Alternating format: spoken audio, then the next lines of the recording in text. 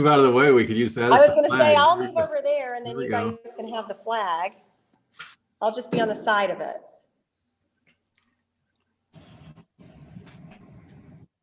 All right, I now call this meeting of the Planning and Zoning Commission to order. First item on our agenda is the Pledge of Allegiance. Please join me. I pledge allegiance to the flag of the United States of To the America, flag, the United Republic States of for which it America, stands, one nation, under and for God, the Republic indivisible, and with for the liberty and nation justice of God, for all. indivisible, with liberty and justice for all. Wow. How did that go? That was the best yet. Now on, I think we're just going to. Really? Can't say No, that. it was the worst. All right, Mr. Lowell, will you call the roll? Chairman Sema, Here. Alderman Fauci, Here. Mr. Bolazina, I am here. Mr. Malin Smith, Here. Miss Menzel, Here. Dr. O'Mell, Here. and Mr. White. Present. I have Mayor Dalton, Mr. McKnight, and Miss Miller as absent. We have a quorum. Okay. I think many of you may have seen the notice on it, but Mr. Kuchin has resigned as both a commissioner and as our vice chairman. Was it last week, 2 weeks ago? You probably saw his note, but he moved out of town. He's moving out of town, so he's trying to downsize, and so he thought it was time to go. He was on the commission from 2016, and he was our vice chairman for, I think, since 2018. And he also served on the comprehensive plan update. And personally, I will miss him. So, Andy, I don't know if you're watching, but thank you for your service. Indeed. However, we do have a new commissioner, a new face that, well, it's a new old face. And I don't mean that just in terms of your age, Fred. I mean, old as in previously on the commission. Commissioner Mr. Malin Smith is with us tonight. Welcome. Rob, thank you. It's a delight to be back. This is a distinguished group that I very much eagerly rejoin. Granville, we know each other a little bit, and I fondly remember sitting in your living room during a campaign meeting. And Sheila, we've not met, but I look forward to working with you. Thank you. Nice to meet you. Vice President My pleasure. Fred. All right. Next item on our agenda is the approval of the minutes from our October 21st meeting. Do I have a motion? So moved. First. All right, motion by Mr. White. Do I have a second? Second. Seconded by Mr. McKnight. Any discussion or changes?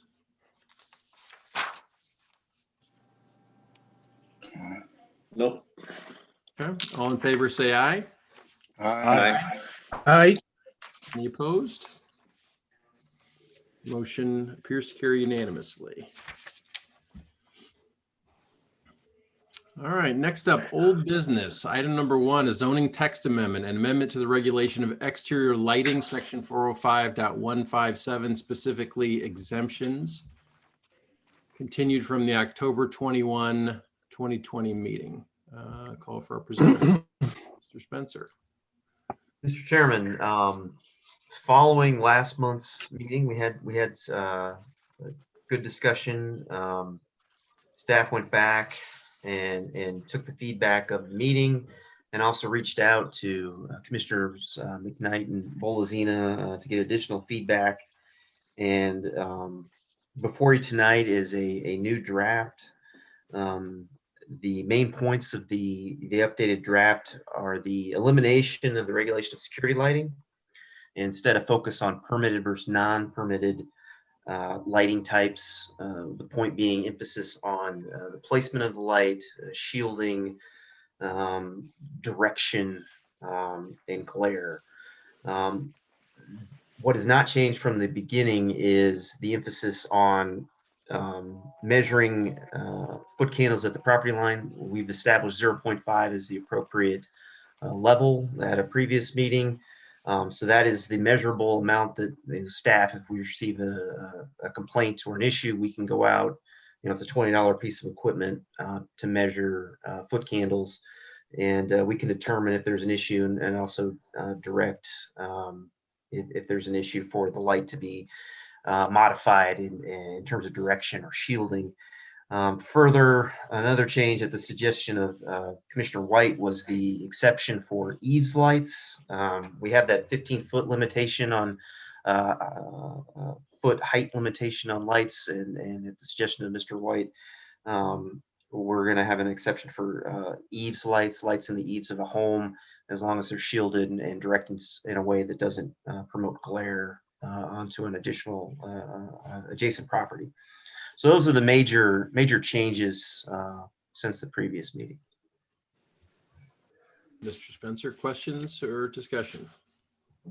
Mr. McKnight. Mr. Chairman, I would just give my thanks to staff for the work that you've done on this. Obviously, it's been a lot of work and we've gone through numerous iterations, but I do think the removal of the security lighting mechanism here it does solve a lot of the problems that we had with this.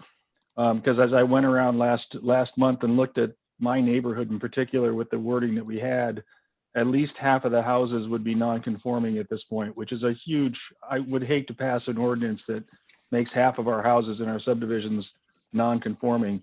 The changes that we made here actually addresses a lot of the problems that I was seeing, where we have very nice lighting on the front of a house, coming down from the top, which is exactly really what we want it to happen, so that it's not causing light shining up into the sky and causing light pollution. It does address the problems of light shining off property, which to me is really the biggest problem we deal with, and too much light shining off of a property as well. I think the only point that I would make is half a foot panel may be too much, but at the same time, we can bring that down in the future if that does become a problem, because I think half a foot candle is actually a lot of light at the property line. But at the same time, starting at half a foot candle and maybe dialing it back at some point in the future is a good start and a good step, as opposed to going too far the first step. So Ryan, thanks to you for the work on trying to bring this into something that I think solves the problems that we're seeing, and at the same time is not an overstep as far as what the limitations are we want to cause, and making too many non-conformances come into play. Here. Dr. O'Mell. I just want to make sure about something, because there's no mention of dusk to dawn, like a lamppost. And I guess, when prior ordinances included that it must be on a motion detector, is all that been eliminated and dusk to dawn is now okay? And a lot of people have a lamppost like I have, that's just dusted on, but there's a limit on the height of the lamppost, I guess. Yes, that part of the draft was eliminated following discussion with Commissioner Bolzina and McKnight. The motion sensor duration aspect, I think the intent is to regulate through shielding and direction, and as long, if the light is shined directly on the property itself and is not impacting the neighbors, then there's no nuisance, if you will. From a staff perspective, I still think it's a good idea that we look at a motion detector time limit, just because that might solve some problems down the road with neighbors and conflict. But I think this is a really good start, and it gets us further than we were previously. Spencer, so what we are doing is we're regulating through the height and then the brightness, right? So it can height, brightness at the property line, direction of the luminaire, shielding of the luminaire, those aspects, placement basically. Further discussion or questions? Alderman Fauci? muted myself. So first, I mean, Ryan, this is great. From the start of this, it's been a challenge. I know there's been a real reticence to do any type of regulation for residential exterior lighting, but as we see those exterior lighting systems become more and more commercialized almost in these new homes, it really is having an impact on the neighboring properties. And I think this gets us a long ways on those new homes to fixing some of the problems that we're having, where neighbors are really being lit up by what essentially we would not allow a commercial neighbor to do to a residential property next door. So hats off to you. You did a really good job pulling together a number of meetings worth of comments by all of us. And I really appreciate the work that you put into this. Thank you. Mr. White? Yes, I endorse that as well. One thing which I've observed and made me a little bit apprehensive is the matter of lighting of driveways. And I can see a danger here, unless we're very strict, of driveways becoming like streetlights on all night. And some of course, our neighborhoods aren't designed for that. Our neighborhoods are designed to be quiet and relatively light free in the evenings, and sorry, overnight. So I'd like to see a little bit more restriction on the driveway aspect of our lighting. Particularly, I don't know if we can regulate the number of lights per length of driveway, or the strength of the lights, or whether they should be focused downwards on the driveway and not broadly, like a street light would. And of course, the 0.5 lumens at the property line gives some matter of protection, but not entirely when you've got a whole front yard illuminated like I hate to be like a fairground, but illuminated far more than a residential district would normally be. Granville, I think to your point, that change could be made fairly simply. So under 2B, permitted lighting types, I think it would just say something like luminaires, comma, fully shielded, comma, placed along pedestrian pathways, vehicular driveways, so forth. I mean, that indicates. Yes, I think that indicates the direction is covers down. it. I had a couple of suggestions. Mhm. Sorry, I had a couple of suggestions on that same paragraph. In the second line, we change may to shall, so we get that a little bit more mandatory. Mhm. And then the other word I used was downwards, but I think your shielding covers that. Yeah, and I like fully The shielded. light should be directed downward onto the path. Mhm. Mr. McKnight? You're muted, Will. And just adding on to Commissioner White's comment there, luminaires shall be a maximum of 3 feet height and shall be directed at the front elevation of a primary structure or directed downward and fully shielded, or something along those lines. Or fully shielded from a neighbor's property or something like that. I'm not sure what that looks like, but that does make sense to me as you talk about it. It comes down to putting, this has always been the challenge for me, is when people have these floodlights out on their driveways that shine. They're not directly shining at the neighbor's property, but the flood itself actually shines up at the neighbor's property. So that would address that to some degree as well. And Lozina? Yeah, I think that 2B, somehow the translation of that didn't happen correctly, because I know I made some comments of that. But I think the intent with the pathway and the driveway lights was that they were to be no higher than 3 feet.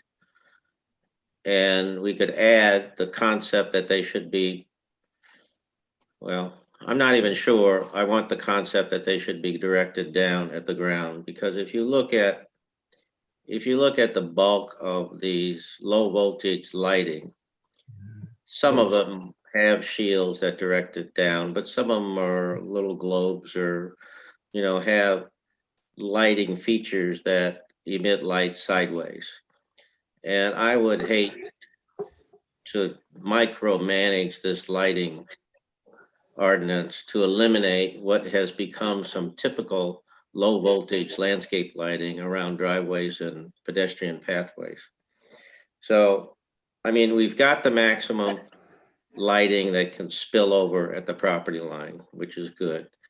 But I think my intent, at least when I was making some changes to this, I didn't want people to put a bunch of pole lights around their driveway.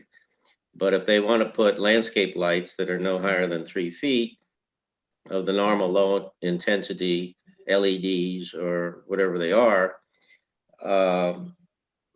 that's getting to be pretty typical in our community. So I don't want to eliminate that. The other concept is that I think we need to have a separate sentence that would allow this, what has now become somewhat typical, in that people illuminate the front of their home. And I want that reserved to the front elevation only, so that they don't start illuminating the side yard for their neighbor and the rear yard that would bother other people. So if we allow lights to illuminate the front elevation, that would be okay, but it shouldn't spill over on other elevations of the house.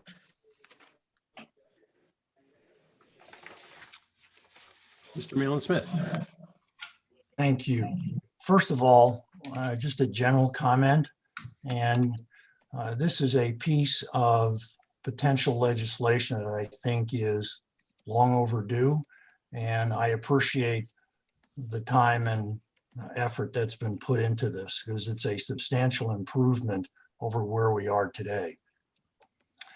I realize I'm the newbie here, and I want to defer to all of the conversation and deliberation that's taken place. But I've tried to come up to speed on this, and I have consulted with Ryan today to understand some of the historical context. And I've also tried to learn from Andy Kuchin, who, by the way, I think is a real loss to this commission. But since we're dealing now with point 2B, I'm questioning the wisdom of saying that it must be directed to the front elevation. And stay with me for a minute. And I'll use my house as an illustration. I have a sidewalk that comes off of my driveway that goes to my backyard where my pool is, and I have illuminated that walkway for purposes of, I wouldn't want someone to mistakenly step in the pool or injure themselves on their way to my backyard. So I'm wondering if that point B should say placed along pedestrian pathways to facing the nearest elevation of the primary structure. Because you have homes that do have side pedestrian pathways that I think for safety purposes should and could be illuminated. I thought about this as I drove home tonight from a meeting, and I came down Mason Ridge. And if you can mentally get yourself to the big new house that's next to the rear entrance to Mason Ridge Elementary School, that house is facing Mason Ridge, but it's at a unique angle on that property. And they also have illuminated the pathway on the side of their house. So should point B be reworded from front elevation to nearest elevation? I'd appreciate the comment. Bolzina? I think, as I said, I think we've confused two concepts here. We were all in favor of illuminating any pedestrian pathways that you have at your restaurant, at your residence. So there should be an opportunity to eliminate all pedestrian pathways. And our suggestion was that those kinds of lights should be limited to 3-foot high lights. Then the other concept was, what do we do with these people that want to illuminate the whole front elevation of their home? So that's a different concept we need to address under a different letter provision under this code. So there's we need to separate those two concepts in this section.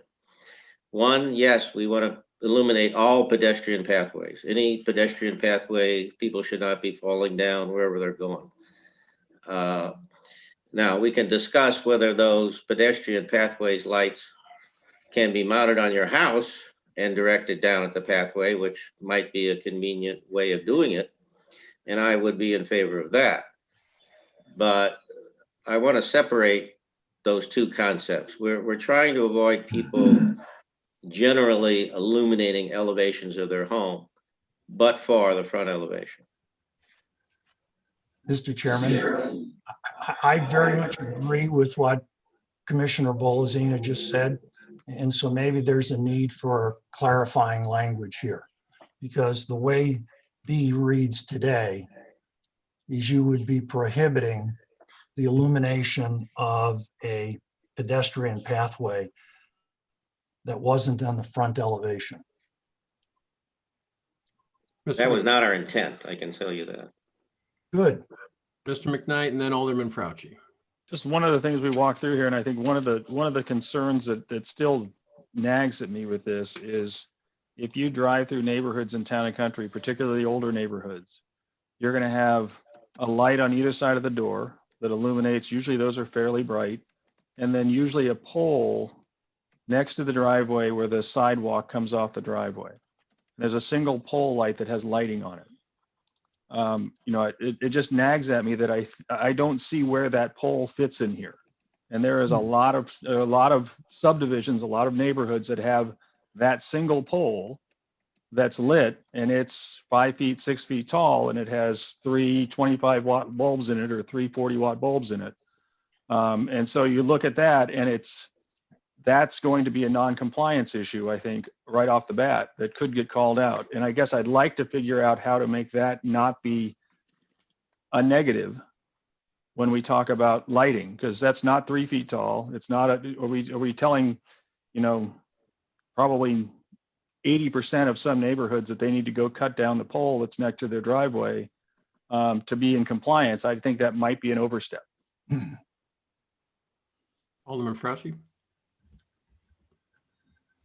So first on that, we did talk about the fact that existing homes are going to be non-conforming uses, but they don't have to make that change because they are a non-conforming use unless they were changing at least 50% of their lighting. And then on the section 2B, and Dennis, I agree with you. I think that our intent of having the two sections, I think everything's kind of gotten stuck into one. I think it could be easily fixed by simply, as you suggested, Ryan, doing the luminaires, comma, fully shielded, comma, placed along pedestrian pathways and vehicular driveways, landscape lighting, and then luminaires shall be a maximum of 3 feet high, period. And just end it there. Taking out that next part, which was really meant to be another section, and Dennis, I think you and I agree on this, that we're talking more about the uplighting that we see on new homes especially, but is also being retrofit onto other homes where you're lighting up the whole front of your house. And I think, Dennis, unless I'm mistaken, I think you and I are in vicious agreement about having that same uplighting on all 4 sides of a home. Because that is difficult for neighboring properties. But instead, that should be that second, that should be I don't know, where are we at? C, so I guess we could be either a C or a D if we want to move patio or deck lighting down. But it could be that C where it's lighting of the front elevation of the home. And really, that's not security lighting, it's decorative lighting. That's Right. in 3B, isn't it? The concept of just doing the front.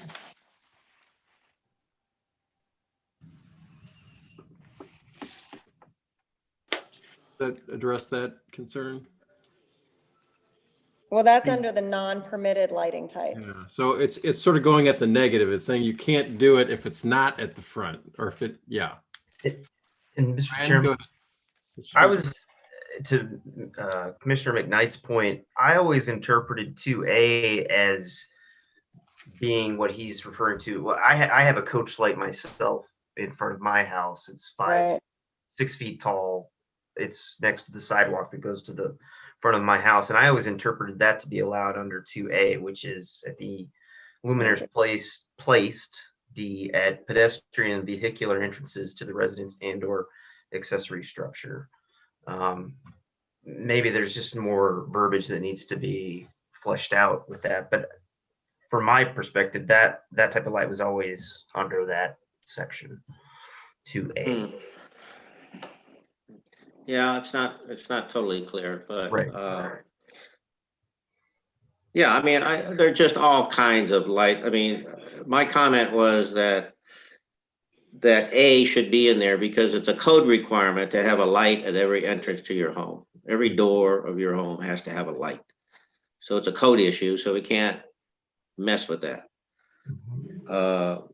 Whether that coach light, so-called coach light, is under that section, to me, is unclear. I mean, we can make it clear if we want to, but I'm also not, some of those lights are objectionable, especially if the driveway is next to your neighbor and maybe the light is right at the sidewalk that comes off the driveway, and maybe it's not such a great light. So I'm not totally opposed to eliminate that kind of a coach light as an allowable light, and certainly allow everybody who's got one to be a non-conforming use. But I mean, I've struggled with this, and I worked with Ryan on this, and I think we've gotten it to a pretty good place. I'm not completely happy with it either. I would be happy if we didn't even pass it, but we're just trying to struggle with some reasonable amount of control on the lighting. And I am totally open to any suggestions. And I agree, that the intent of that 2B was to be two separate concepts and eliminate this floodlighting of the front elevation. So, I mean, to allow front elevation lighting, and maybe we need more wording there for how much that can be, other than the half a foot candle at the property line. But we need to control it and keep it on the front elevation and not side elevations. Mr. McKnight? And I just want to say, just to be clear, I'm not going to bat for the coach light because I'm not really a huge fan of coach lights either. I would say if we're going to do new lighting in a property, we should encourage people to not put a single pole out there with a big bright light on it. We should have, lower wattage bulbs that are along the pathway that light it. That's a much less intrusive design, I think, than trying to do a huge light out there. So as long as we can continue, as long as we're not going to put people in a position where they're like, oh, suddenly you're passing laws that make it so my house is in non-compliance, as long as we can be clear about that, I'm not going to bat for the idea of having a coach light or multiple coach lights on new houses as they go in. Mr. White? Yes, I think we're all struggling on this one. One concept we haven't discussed except in passing, is actually the intensity of these lights. There's a big difference between what I think Dennis was saying and having a small, low intensity light on the driveway, 3 feet high at, let's say, 10 feet centers. And we're not mandating on that. We're missing that altogether. That someone could come along and put a 240 volt light at 10-foot centers along their driveway. And then we come back to my perhaps unfortunate idea of looking like a fairground in the front yard. But we have the So foot candle, do we we have need the to foot candle consider limitation there. Sorry to interrupt you. I apologize. Yes, and I know what you're saying. A foot candle would probably could pass the test, and yet you still have a massive amount of light covering a third of an acre in front of a house. And so in the whole, it's looking like a street light. It's lit up like a street, and I don't think any of us want to see that.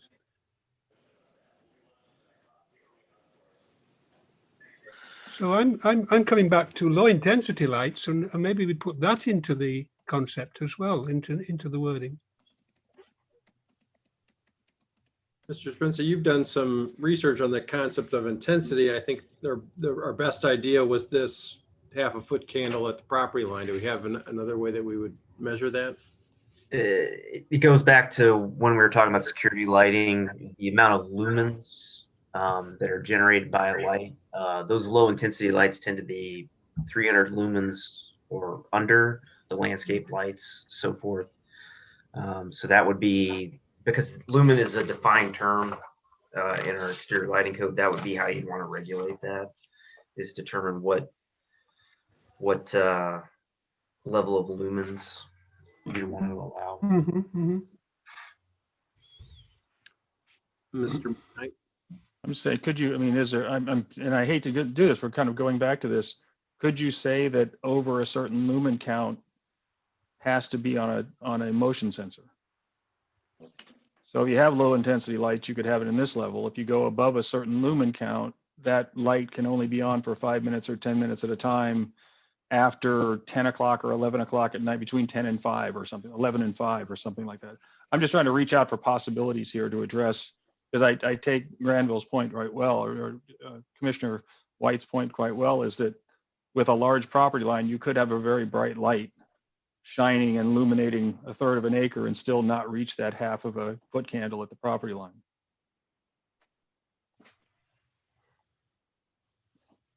Mr. Bolzino? Yeah, I wouldn't be opposed to that. And under our lighting other than commercial, we do have standards. The maximum initial level, we have a maximum initial level 5 feet from the standard. We could have a similar thing on residential, a maximum lumen level at the source of the light to solve Granville's problem, which I don't disagree with. I mean, I could, people take things to extreme dimensions. We have a lot of people with money that spend money, and they do sometimes crazy things.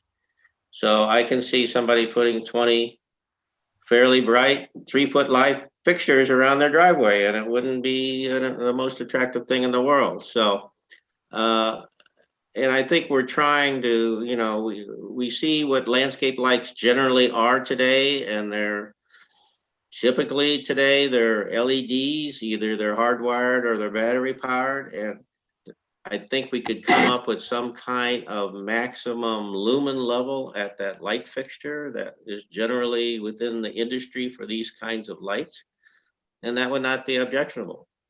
The only thing we get into, there's just so many issues, and like the issues that the Commissioner Mylan Smith brought up. I mean, there's pathway lights. You might have a spotlight that is directed at your pathway that goes around your house, and it's probably got a 100-watt floodlight in it. That's probably not going to satisfy any maximum lumen level at the source that we could come up with. There are just too many situations that we have not really covered because we just can't figure out what all those situations are. And that's what continues to make this enormously difficult. Well, earlier I thought there's a chance we might pass this evening, but it doesn't appear that's going to happen. So, Mr. Malin Smith. Thank you, Mr. Chairman. I just want to circle back to a point that I think Commissioner Bolazina made, that I don't want, or I would urge not be overlooked in the wording, and that is pedestrian pathways should be allowed to be illuminated. We've got talking about the coach lights, and appropriately so, but I just want to circle back to my recommendation that language be very explicit in permitting the illumination of pedestrian pathways, provided that they conform to the other restrictions, such as fixture height, lumens, etc. But pedestrian pathways, I think, need to be clearly articulated. Mr. Spencer? Mr. Chairman, if I could just make a suggestion, I think there's been a lot of good feedback here. If we could continue it, then staff could break out the front elevation lighting that we talked about that was kind of muddled with the pathway lighting. Staff could also look at the lumen level, low intensity lighting for these kinds of landscape lighting. And it would also give more time for feedback and input from the commission to tighten up the document. I think we're all trying to get to the same place. It's just such a complicated subject. You pull one piece out and it's like whack-a-mole, and but we all want the same thing. I think it's the simpler we can make it, the better. And I also believe implementing it and then seeing how it works out, such as with what we're doing now with our tree preservation ordinance, I think is important. So where we can evaluate over time and then tweak as we go along. So that would be, and my hope is that we could continue it and then make those changes and then also get more feedback. Alderman Fauci. I'd like to make a motion that we continue the zoning code amendment for exterior lighting to our December, and I do not even have a date for the December. Perfect. Meeting. Second. Got a seconded by Mr. McKnight. All in favor? Do I need a roll call vote on this, or do I need a voice vote? Voice vote would be fine. But all in favor, say aye. Aye. Aye. Any opposed? Aye. Mr. Malin Smith. That's not an opposition vote, Mr. Chairman. I voted aye. But would you allow the new person to ask 2 other questions if this matter is going to be continued? Sure. And if there's any other feedback for Ryan before we move on to the next item, I think that would be appropriate too. Yeah, consider this feedback for Ryan, if you would, please. Go ahead. Thank you. Can I ask the commissioners to look at point number 3, non-permitted lighting types? Mhm. And it's the next page in the document under point B. And remember, this is under non-permitted. So point B reads, luminaires installed for the purpose of landscape lighting that illuminate any elevation of the primary structure other than the front elevation or any elevation of any accessory structure. The last part, any elevation of any accessory structure. 2 thoughts or situations come to mind. One is a pool house. A pool house is an accessory structure. And are we intentionally prohibiting landscape lighting in front of that structure? And the second is, I recall a number of new homes that have permission for a separate standalone garage, not connected via a port to share, but it's a very much significant architectural feature of the home. and that standalone garage, I think could be considered an accessory structure, but yet it's a fundamental part of the architecture of the home, and would that be excluded? So I would ask that that point be considered. Pool houses and a standalone garage that's in the front or contiguous with the front elevation of the house. All right, I don't know if you want to have a discussion, Mr. Chairman, but I would just ask that that point be at least clarified. Okay, Mr. Spencer's got that one. Mr. Bolzina. Yeah, and this again is conflating two concepts in one sentence, and it's the same problem we had in 2B. We do not want accessory structures, detached garages, and any other buildings, tree houses, or anything else illuminated. But any pathway that goes to those things certainly can be illuminated. So that we're not, again, it's trying to conflate two concepts into one paragraph here, which I think is the confusion. But we don't want somebody in their backyard with an accessory structure decide to light it up like people are lighting up the front of their homes along public streets. I think if you light up somebody's accessory structure, it's a whole different animal than lighting up the front elevation of somebody's house. You could light up the entrances though, right? I mean, I think You can have a light fixture at every door. Right. And you can have light fixtures along every pathway. But you can't spotlight the building to show it off. All right. Again, I just wanted to raise the question because I remember numerous petitions coming before the commission and on the board with pool houses, and they're substantial structures. And I want to make sure that we're doing this with our eyes wide open, that we're excluding landscape lighting on the front elevation of a pool house. Well, again, I think you're conflating two concepts. Landscape lighting to us who have been working with this is lighting that lights the pathway, not lighting that lights buildings. If you want to light a building, that's a different concept. Just a point of order. So we've moved to continue this, but we've continued the discussion since that. I think our intention was just to provide some feedback for Mr. Spencer Well, to just own his I think I know what I need to do. okay. I've got really good direction here. So does anyone else have additional notes for Mr. Spencer as he considers this? Mr. White. Yes, I'm sorry to bring it up now. It was one of my points I meant to get earlier.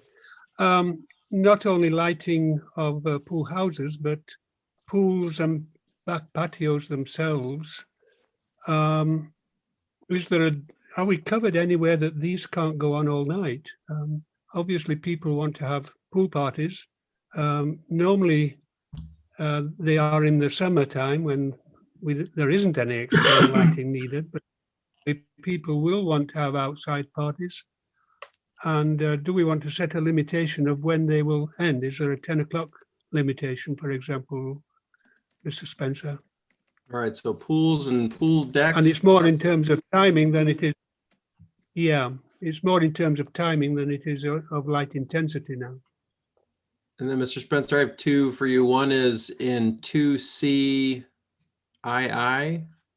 That sentence has got a problem. Luminaires fully shielded, located on poles no higher than 9 feet from the subject patio or deck. So I don't think that quite works. It's either no further or it's 9 feet high, but yes, I think there's not quite. And then my other question was in 3A, we introduced this concept of eave lights, and I don't know if that's something we need to define. So I'll leave that up to you to figure out if we need to. Okay. It started off so well.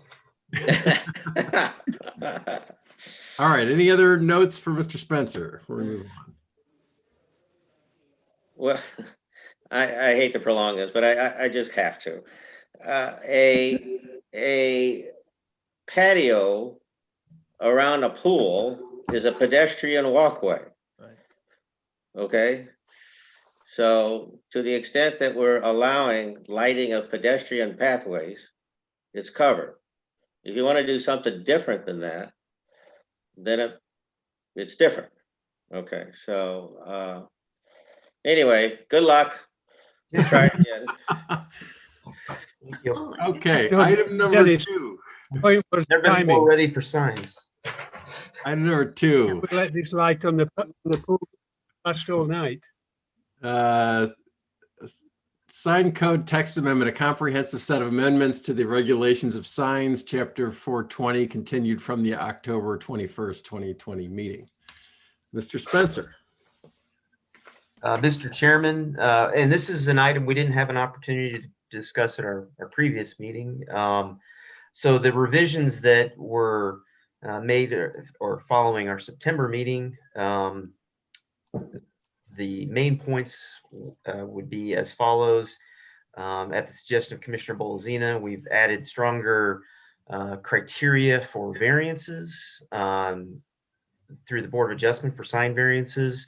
So you have to show a hardship, and the threshold is very similar to the variances that go through currently with the Board of Adjustment. So that's strengthened language that's been reviewed by our city attorney, and that's as part of the new draft. Also, Laura, I'm going to share my screen if I can. You should be able to. Okay. Let's see. Oh, it doesn't. You have to be either the host or a co-host of the meeting to share your screen. So whoever the No. host is can make you a co-host. Well, it's not showing me what I thought it would. So I will back down from that idea. But basically, we've added a wall sign graphic to show how to measure regular shaped signs at the suggestion of Commissioner Bolzina. And also the ground sign graphic now shows how to measure maximum sign height. It didn't previously show that.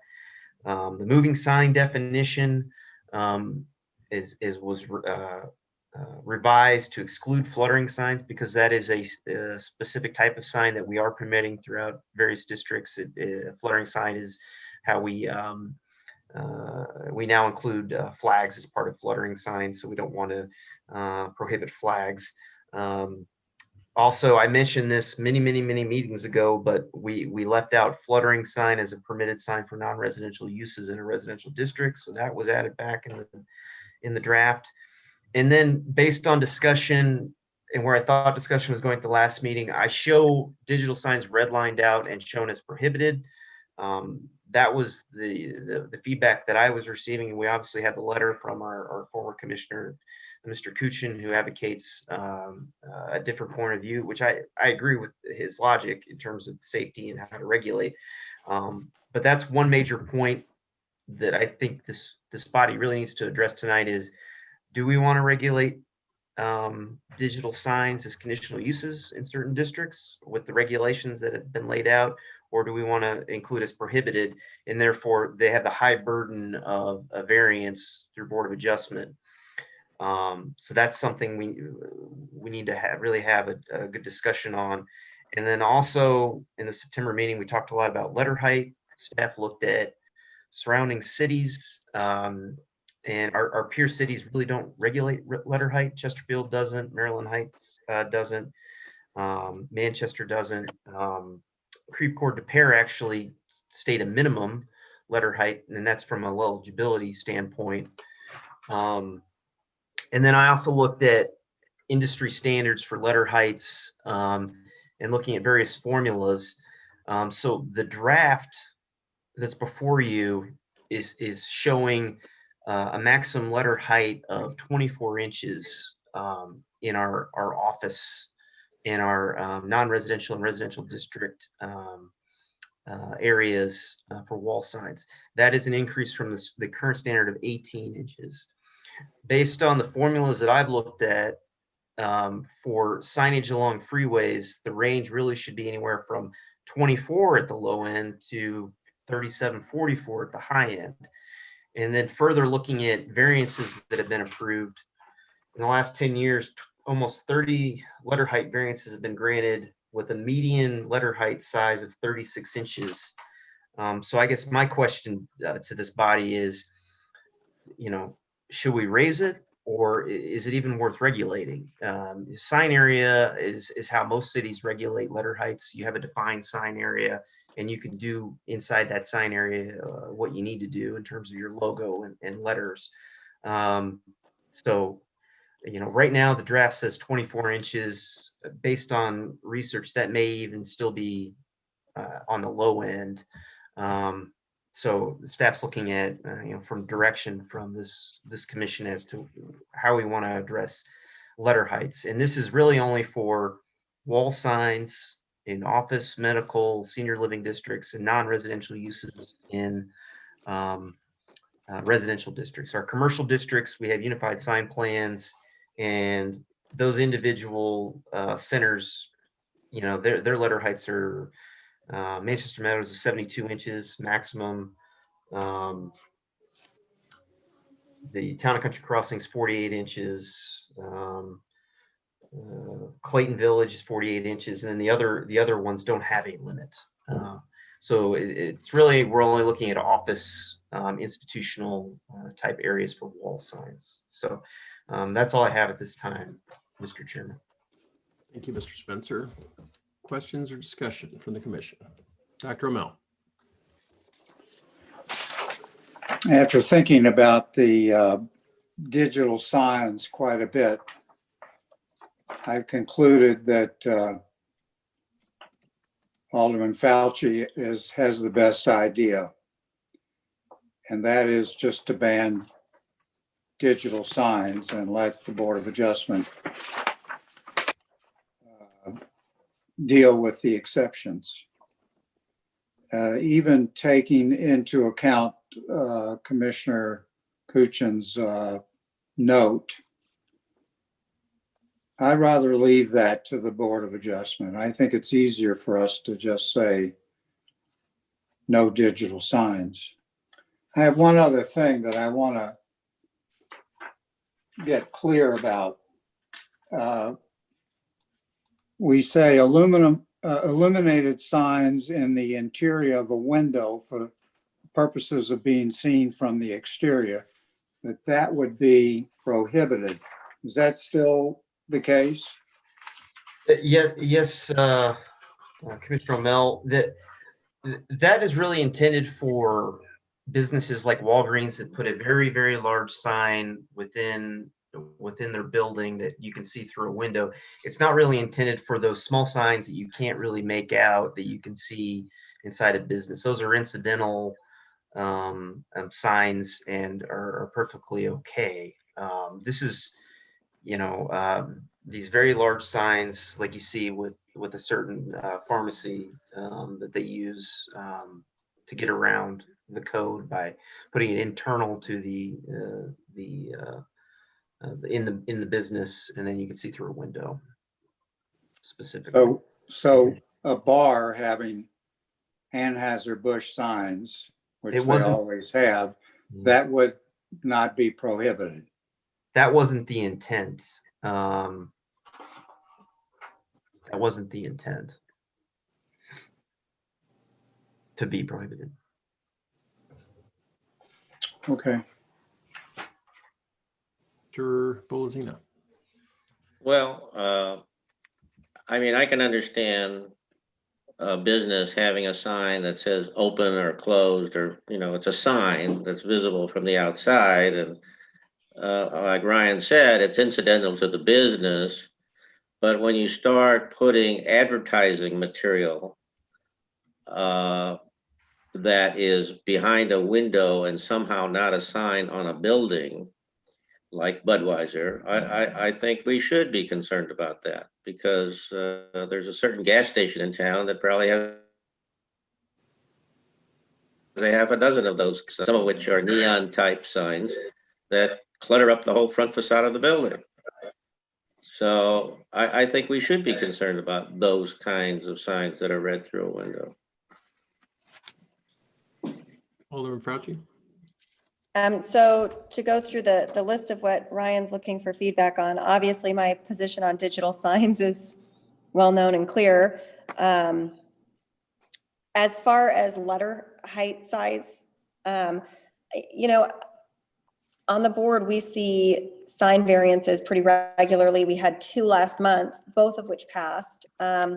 As previously stated, they're not really in commercial areas because we have unified sign plans for all of those locations. And the letter sizes for those locations are fairly large, larger than we have on our much higher rise commercial building or office buildings in town. And I think 24 inches, if we have it at 24 inches, we're just going to continue to see a number of variances come through. I don't think it will really change much because a majority of these buildings coming in or these companies coming in are looking more in the 36 to 45 inch sign size. So I think it would be better that we look at what variances we're really passing, because we don't see a whole lot fail, because they do make sense when you look at the location. And I think that by having an established number, we can, as long as it's a reasonable number, I think we can pretty much hold to that and tell companies this is it. I think when it's a very low and unreasonable number, we're just going to continue to see variances, and it will continue to be a challenge. So I don't have any heartburn in raising for those properties along I-64, 70, and 141, the letter height signs, the letter height sizes, just as we have in our commercial areas already, and most of those to much greater numbers than we're seeing here. So I think, Ryan, was there another one that you wanted us to, I think those were the 2 main ones. That Digital signs and letter heights were my main concern. Your 2 thing, yeah, your 2 big feedback. Okay, so that's my opinion on those 2. Mr. Bolzina? Yeah, I am somewhat in favor of the low letter height and making people beg for the higher height under a variance procedure. It just, I mean, the standards for reading signs that the sign companies put out so that the sign can be read at highway speed. Well, these signs are just advertising for a building. They're not to get someone to the building necessarily. They're really just advertising. And to the extent that you want to allow our highway corridors to become corridors of advertising is an issue, or it's a question whether you want that. So I am not in favor of just raising the sign letters for everybody for any situation just because they happen to be on one of our highways. Alderman Froske? And I do think, though, that we regulate the number of signs, the positions of signs. And so I don't think that we're looking to clutter things up. But generally speaking, these are folks who are coming forward in areas where they're going to be putting a sign one way or the other, and they come for a variance. And generally speaking, they're getting those variances because of the location and height of the particular sign that they're looking at. So I'm not advocating an enormous sign be put out. It's certainly not the same size as we allow in some of our commercial areas, but I don't think 37 inches is unreasonable given that that is the average that we're seeing. Mr. McKnight? Yeah, and I think I would take some exceptions to Commissioner Bolazina's statement that this is just advertising. I think in some ways you need to make signs big enough along major corridors of highways, especially when things are set back from the highway, to be able to read what is there. Because I want businesses along the corridor to be identifiable so that when someone's actually driving along, they're not squinting or trying to figure out what's over there. I want them to be readable from the roadway so that people do know to get off and do know to take the next exit or the exit at that point and not miss things and have it be a detriment to our businesses in town and country because people can't read the signs. I don't know why we'd have signs on either side of us that are readable and legible from the city, from the road, and have ours somehow tiny or smaller because we decided to make that some restriction. Mr. Spencer? A couple points. one of the reasons I'm concerned about letter height is we are making it harder to get variances. We're going to Board of Adjustment now, and with the revised language, it is, you have to show a physical hardship. You have to show really good cause. This is not going to go to the Board of Aldermen anymore. This is going to, a quasi judicial body. The second point is almost every sign you see currently along the freeways in our community do not meet our standard 18-inch letter height. They've all been granted variances. BJC, Children's Specialty Care, 69 inches. Centene, 40. Woodlake Medical, 34. Burns McDonald, 40 inches. They're all increased sizes. None of them have the standard 18-inch size because they've all gone for those variances over time. So I think, raising that height to at least the median of what's been granted at least reflects reality of what's existed over the past few decades in our community.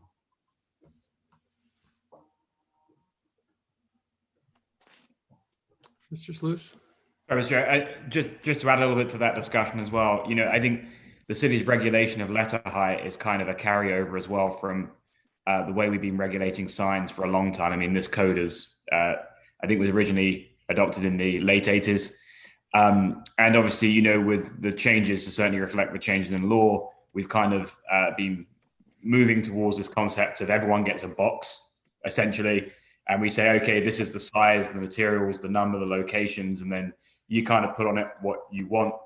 Obviously, that's a slightly oversimplification. And so whilst I certainly think you have the ability to regulate letter heights, as long as we're not doing it on a content-based decision, I think it's there kind of as a carryover as much as being necessarily part of, the new concept. So, as Ryan mentioned, as if the variance procedure moves away from the current to a more strenuous one, it's going to be putting a lot on the Board of Adjustment. And, by the nature of Board of Adjustment variances, they're meant to be difficult to get. They're meant to be those unusual situations. I think if they are facing, 10, 15, 20 cases, a year, that I think could lead us back to being here saying, well, we shouldn't really be trying to adopt a code that we inherently are granting a lot of variances on.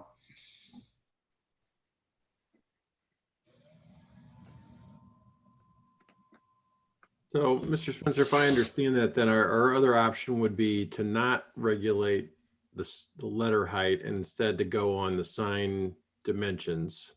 Correct.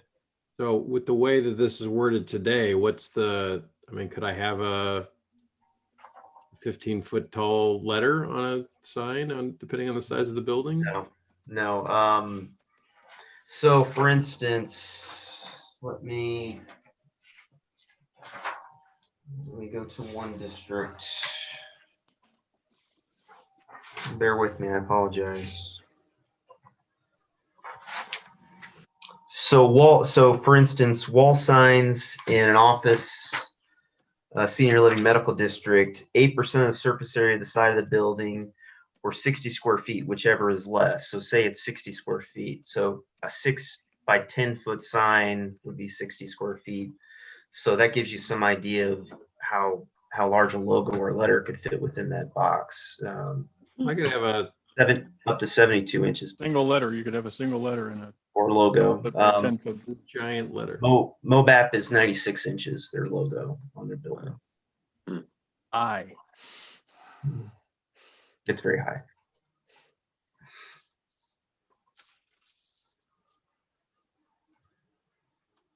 Further discussion.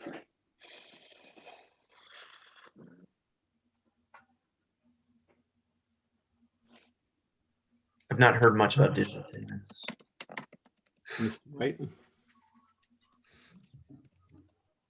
Mr. White? Well, I'm not hearing any further discussion on letter height, so I'm going to change the subject, if you don't mind. A couple of small things.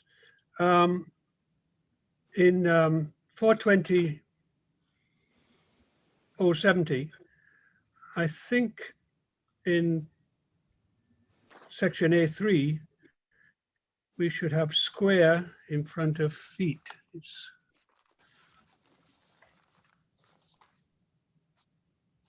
Could you repeat that section again, Smith? 420.070, Okay. paragraph 8.3, in line 4. I think we mean to say square feet. Yeah, you're correct. And then the second thing I have to bring up, and it would come under 421.10, paragraph E, design, construction and maintenance. I'd like to discuss whether or not we think it's necessary to insist that signs be kept clear. In other words, trim vegetation back so that signs are not invisible after a couple of years.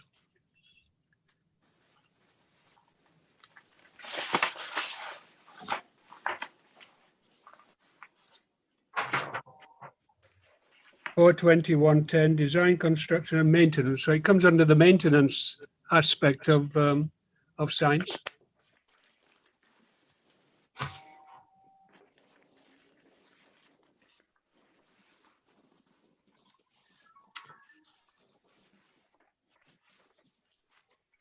Mr. Spencer, would we have that covered somewhere else, or would we need to I'm cover? still trying to find that exact language. I'm sorry. Yeah, I couldn't find it anywhere else.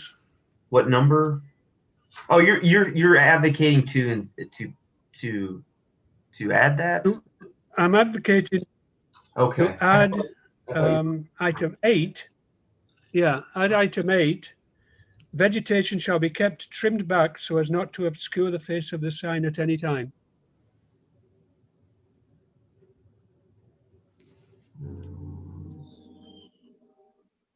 I'm just making sure we don't have that in there, sir. Mr. Bolzina? Well, I'm wondering why we're concerned. If someone Yeah, is that's kind of where I am too. spending money on a sign and they don't choose to keep it visible unless it's a necessary directional sign, like a code required sign or something like that, why do we care? Well, this is what I'm referring to is mandatory signs which are for safety purposes, not obviously not for a business sign. So that could be covered. Right. I'm more concerned about safety and directional signs. Right. If it's a mandatory sign, that would be great.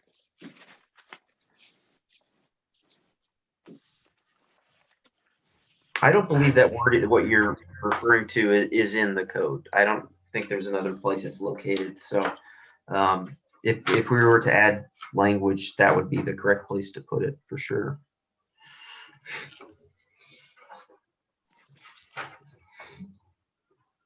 No further discussion? Mr. Millen Smith. Thank you, Mr. Chairman. I did read Mr. Kuchen's memo to the commission, and I was taken by the logic that he presented and the thought that he was putting forth. I've heard from Commissioner O'Mell and I've heard from Alderman Fracci. I would be helped by input from the other commissioners because I was not part of previous discussions. But again, I'm taken by the logic that Mr. Kuchen put forward. So tell me what's resident in the minds of others. Mr. White. I think it goes back to fundamentally what we want the city of Town and Country to present. And I think limitation of signs of this nature, illuminated signs like this, tend to change the character of Town and Country itself. And so I feel that restrictions should be made on them and let a variance be made for a business that thinks it's necessary, obviously from St. Timothy's Church, they have a sign. I don't find it particularly objectionable, although I hear there have been some complaints about it. But I wouldn't like to see that kind of sign throughout Town and Country, or even along the length of Clayton Road. It's a matter of restricting the numbers, and I don't think we should have a license for anybody to put one of these signs up. They should ask for a variance. In Mr. Kuchin's letter, I believe he referenced in commercial zones only.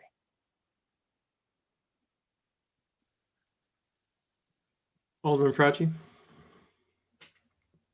So I think, you know, if you go back to the original discussion, which Dennis and I had a number of times in meetings, it really comes down to either having these as conditional uses or having them as prohibited, and you have to go to the Board of Adjustment.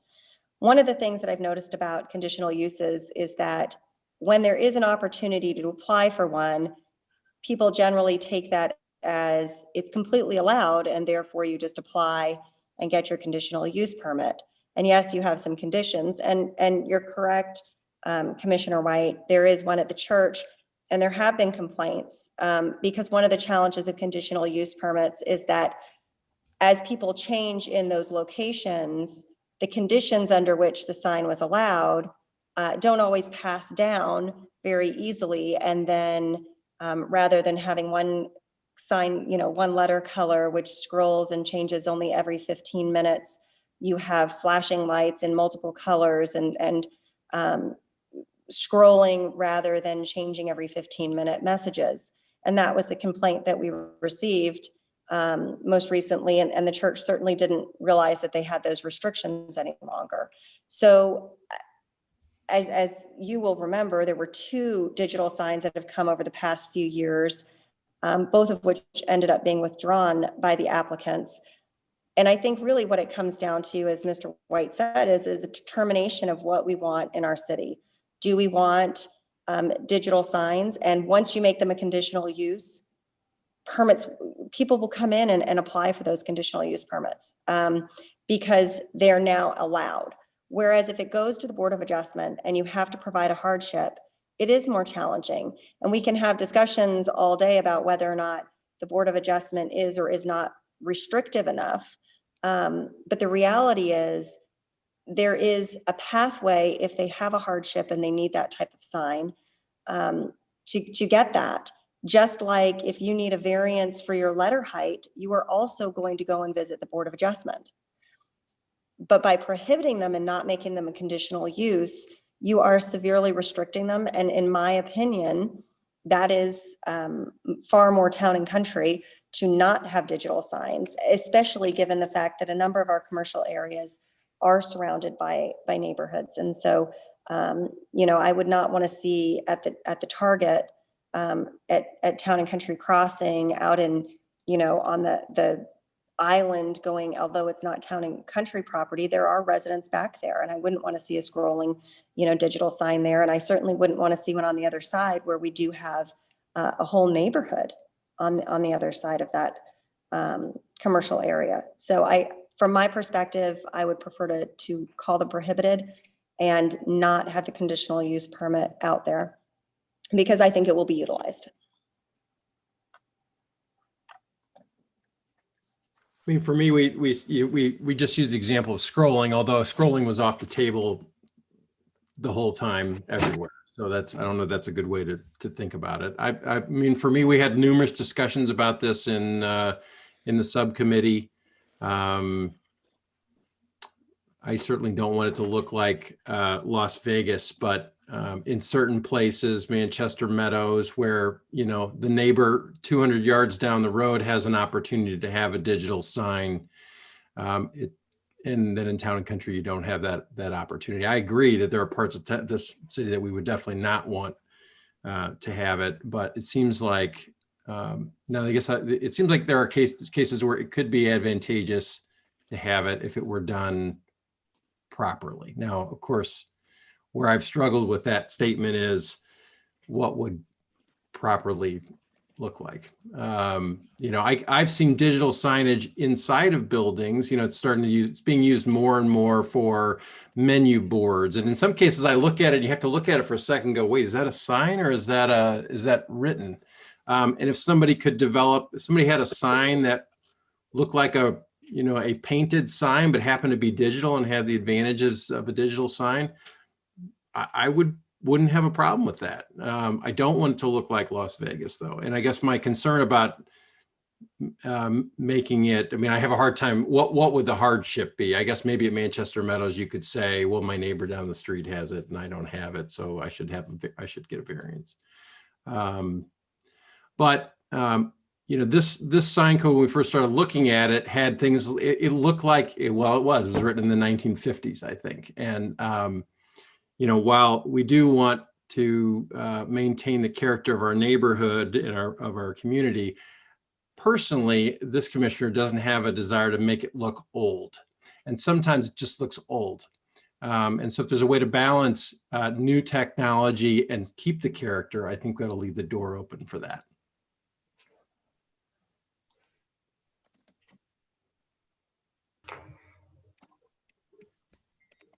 Mr. Chairman. Mr. Mills. Thank you for the opportunity, because I'm benefiting from the discussion, so I appreciate that. Further discussion or questions? Ms. Mansell.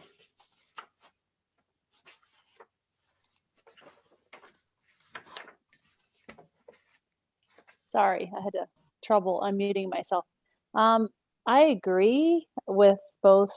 I can see both, you know, points that were brought up.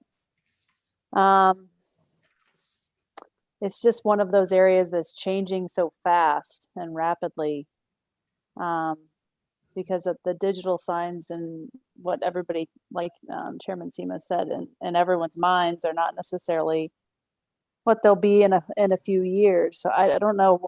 I guess I just don't know, like, how to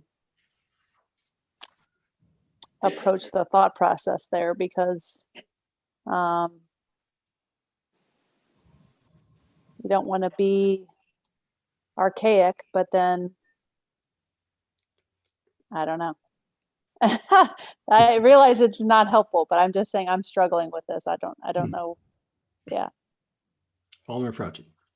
I think one thing to remember is that we're making a massive overhaul of a very old piece of zoning text. And just like in other areas where we've said, we're going to make this giant leap forward, it's okay to leave a couple of doors that we need to decide whether or not we want to crack those open in the future. So we're making a lot of changes here. It's okay to say, these are the changes we're going to make for now, and we're going to revisit this in a year or so. Maybe that technology will have changed by then.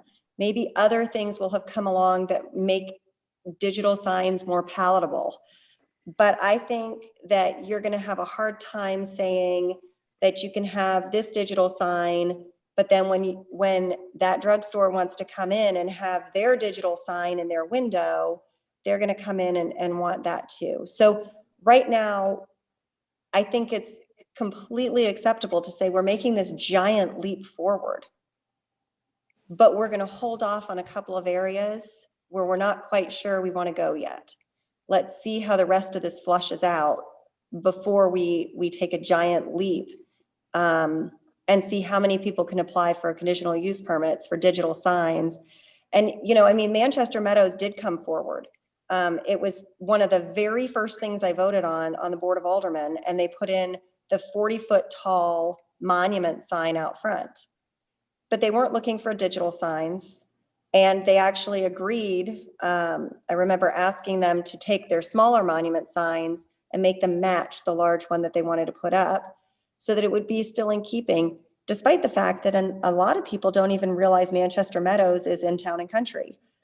And I think that where we see digital signs going in the future, I don't know. And I'm sure that the technology will keep getting better. And Chairman Sema, I agree with you. I see those menu boards, and some of them really do look handwritten. They're really neat. but I don't think we're there with the outdoor signs yet.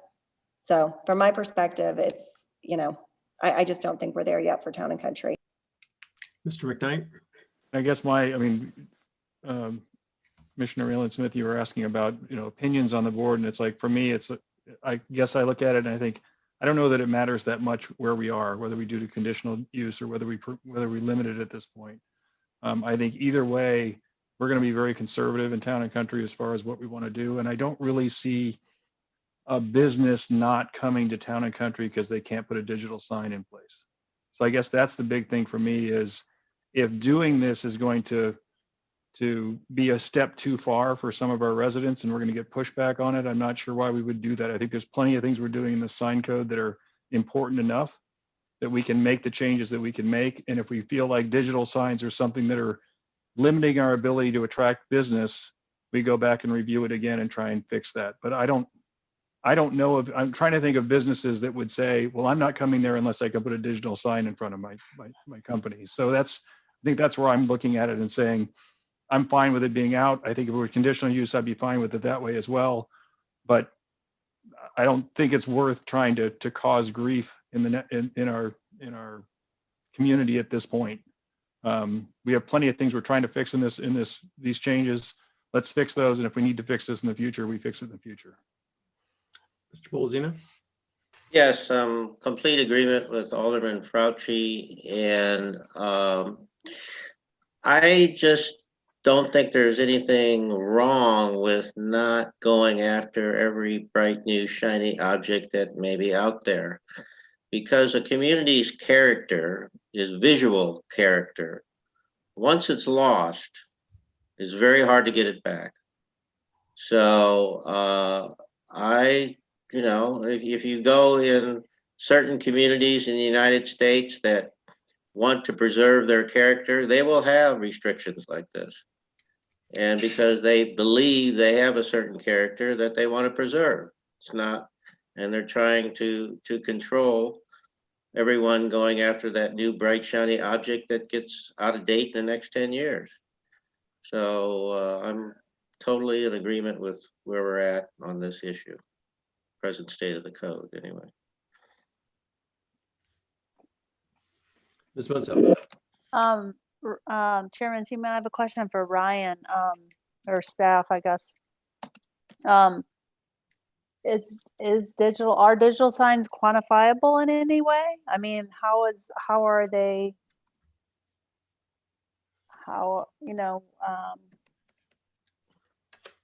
We have a definition. is there a certain type that it's called that doesn't have the brightness that looks more like a parchment or paper or something like that? You know what I mean? I mean, the regulations we had in place, there were 8 of them, and they're very specific. You're going to have a dark background. It's going to be static. It's not going to change every 10 seconds.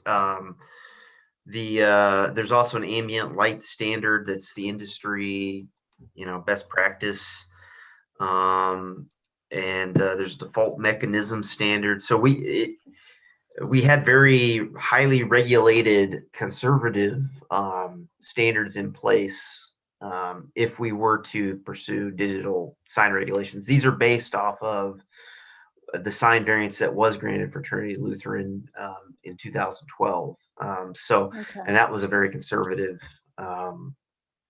approval. So yes, to answer your question, it's very quantifiable. What we allow in terms of digital, we would be allowing in terms of digital signs if approved. Okay. Alderman Fauci? So thinking about, as I think it was Commissioner White was saying, looking down Clayton Road. So if you have a digital sign at Trinity Lutheran, and then the former NHC, which just changed hands, and I don't know the new name for it, decided to put one there. Yeah, they changed it. And then Marie Villa decided to put one there. And then you go down and you get to Mason and Clayton, and you have another one there. I guess I see Clayton Road's character changing fairly dramatically if you start pushing these things down the road. And once they're permissible, we see more and more. I mean, I look at conditional use permits for pool houses, which, you know, you can have a 300 square foot pool house, but now we're seeing 1,500 square foot pool houses, and that's becoming the norm, over 1,000 square feet. So I just see that there is a kind of a rolling possibility for things to come. And I don't think our city is there yet. I don't think we're ready for that. And so it really, from my perspective, I would rather hold off on that part and leave it prohibited until we can find a way to make that change. I look at the corner of Ballas and Clayton and imagine 4 digital signs, one on each corner. Is that what we want to see? I mean, maybe down the road, somebody will want to see that. For me right now, I don't.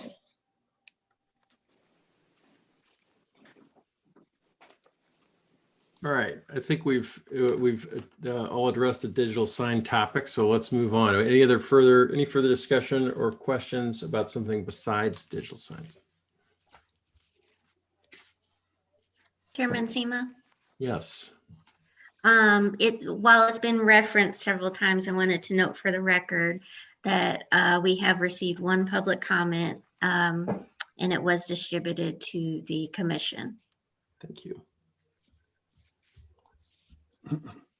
On signs?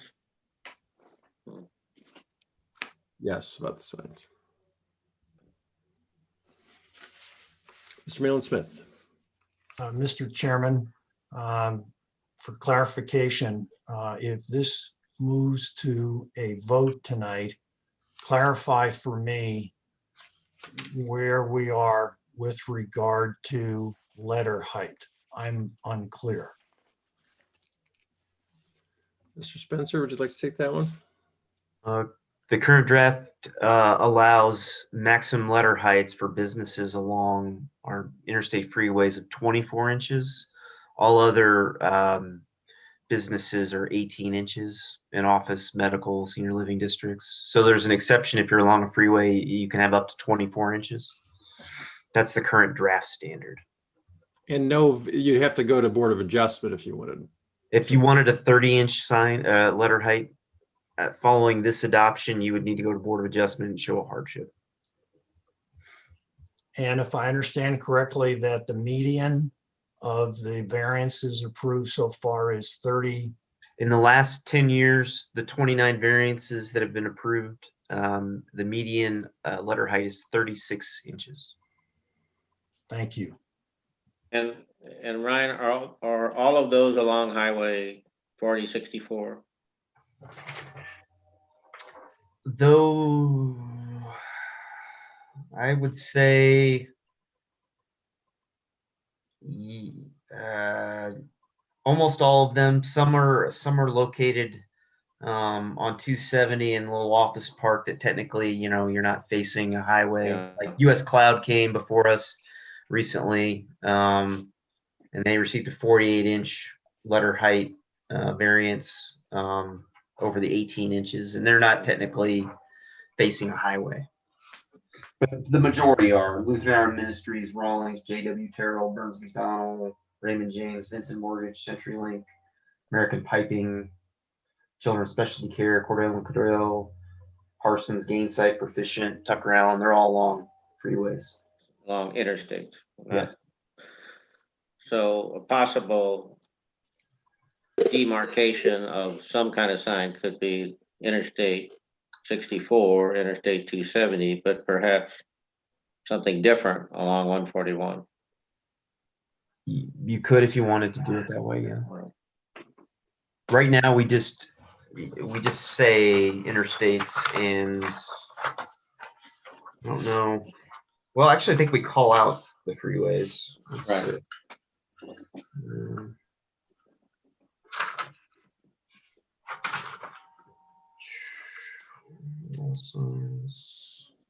That's commercial.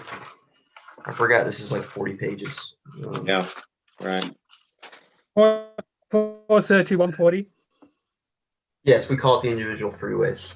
So like, for instance, an office district, right now, the language says, letters shall be no taller than 24 inches in height on building walls that are visible from Interstate 270, Interstate 64, and Missouri Route 141. Otherwise, letters shall be no taller than 18 inches in height.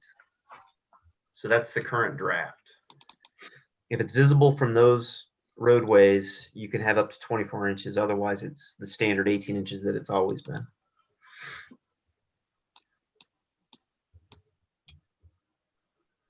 I think a reasonable change would be at least 36 inches, since that's the median at a minimum. But it's a question for this commission. Today, is it a variance or is it a conditional use for it to go bigger? It's a variance. It's a variance, okay. All right.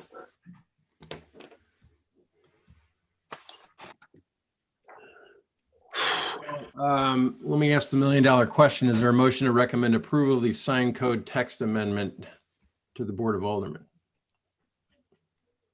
So moved. Second.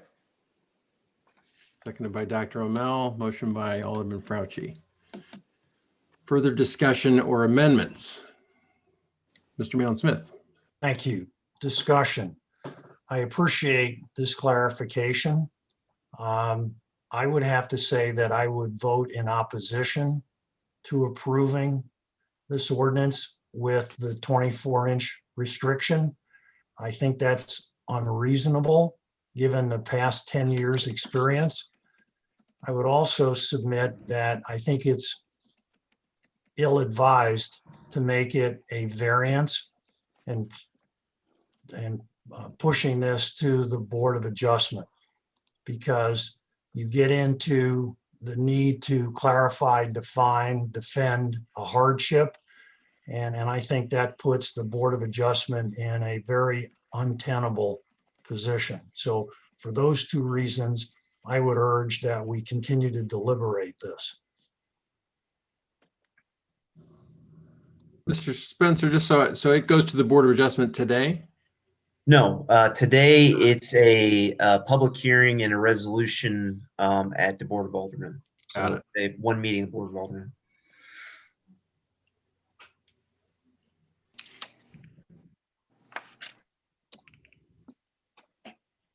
Is there, why the move away from that structure in this code? I would ask the city attorneys, Mr. Slews, address that.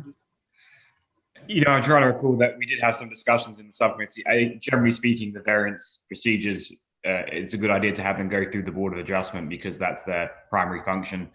I think also, and I may be misremembering this, obviously we had we talked about this for a number of months, years even. I think there was some discussion about the number of cases that were going to the Board of Aldermen and about the fact that that was obviously something that was kind of, a number of cases, a number of things for them to hear. And it is relatively unusual, both under our zoning code and in zoning codes in general, to have the Board of Aldermen preside over variances. But again, it's not something that you can't do. If that's ultimately the decision that you and the Board of Aldermen prefer, then there is no legal reason why it can't be done that way. Alderman Fauci. I'd like to recommend an amendment under section 420.130, section 9. Sorry, there's so many pages in this. 9D, where it says letters shall be no taller than 24 inches in height on buildings, walls that are visible from Interstate 270, Interstate 64, and Missouri 141. Otherwise, letters shall be no taller than 18 inches in height. I think the 24 should read 36, which is the average height of what we see our variances coming forward. And then, Ryan, did we say that the 18 inches fits within our current variances inches, or does that need to go up to 24? 18 inches is the current maximum now. So if we were to adopt this, if that amendment were adopted, if your business that's visible from 270, you can have up to 36 inches. But if you're in an office park, that's not visible from a freeway, you're limited to that 18 inches. Okay, so then I would make my amendment to change the 24 to 36 and 18 to 24. Do I have a second? Second. Seconded by Dr. Rommel. Discussion, Mr. White. No, I was going to second that one, but however, I do have a second amendment. Wait, we have to Hold on, vote we on the got, first one. Let's do We one. have to vote on the first one. Oh, we vote on that. I beg your pardon. Okay. Chairman or Alderman Fauci, do we want to change section 420, 120? Gosh, there are so Hold on, many. I know there's so many B, sections. Page 28. 28. Well, It's page number 30, if that helps. hang on.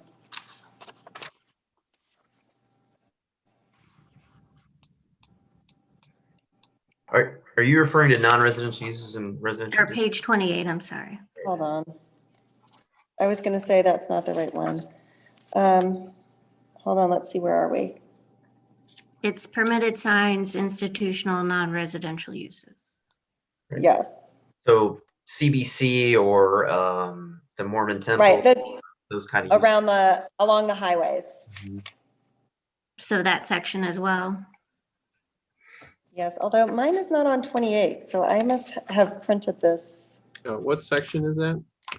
Yeah, If you'll permit me, section 420.120, B8B. but that's on a totally different page for me. 120, Letter 4 inches. B8B. Well, would we have a second motion on this other section, I guess? Or Yeah. Oh, I think if Alderman Fauci likes, she could make that all part of the one motion, since it's essentially making the same change in two different places. The same change in two different places probably makes the most sense to do it in one motion, unless anyone has an objection. all right, Alderman Frost, would you like to restate your motion, please? Okay. Hold on, I've got to find the first section. In section 420.120, under B, no, yes, B, sorry, I've got to flip another page. 8B, letters shall be no taller than 36 inches in height on building walls that are visible from Interstate 270, Interstate 64, and Missouri Route 141. Otherwise, letters shall be no taller than 24 inches in height. And in section 420.130, 9, am I right? Yes, 9D, letters shall be no taller than 36 inches in height on building walls that are visible from, it should be that are visible, not that is visible, from Interstate 270, Interstate 64, and Missouri Route 141. Otherwise, letter height shall be no taller than 24 inches in height. Did I catch all the places, Ryan, or am I missing? You're muted, Ryan. I did a search and it looks like those are the only two. I think those are the only two that had that highway. I'm just flipping And through the this. interstate. Yeah. This, yeah, the highway and interstate. This printed kind of strangely, so I don't think I'm on the same page. Okay, that's the motion. Okay, do I Dr. have a Mel, do you still second me? Second. Seconded now by Mr. Malin Smith. Further discussion. All in favor, say aye. Aye. Aye. Any opposed? Opposed? One opposed. Motion appears to carry.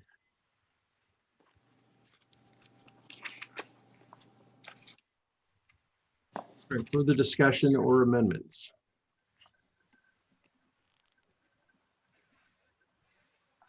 Mr. White. The two I mentioned earlier, do we need an amendment, add square before feet? In, section 420.70, paragraph A3 in line 4. Is that a Do we Scrivener's need an error or amendment do we for that? need an That amendment? should be a Scrivener's error. Scrivener's error, not Yes, necessarily okay. calling that out, Mr. White. So I propose an amendment 420.110, section E, design, construction and maintenance. Item 8, vegetation shall be kept trimmed back so as not to obscure the face of the sign at any time. I have a second.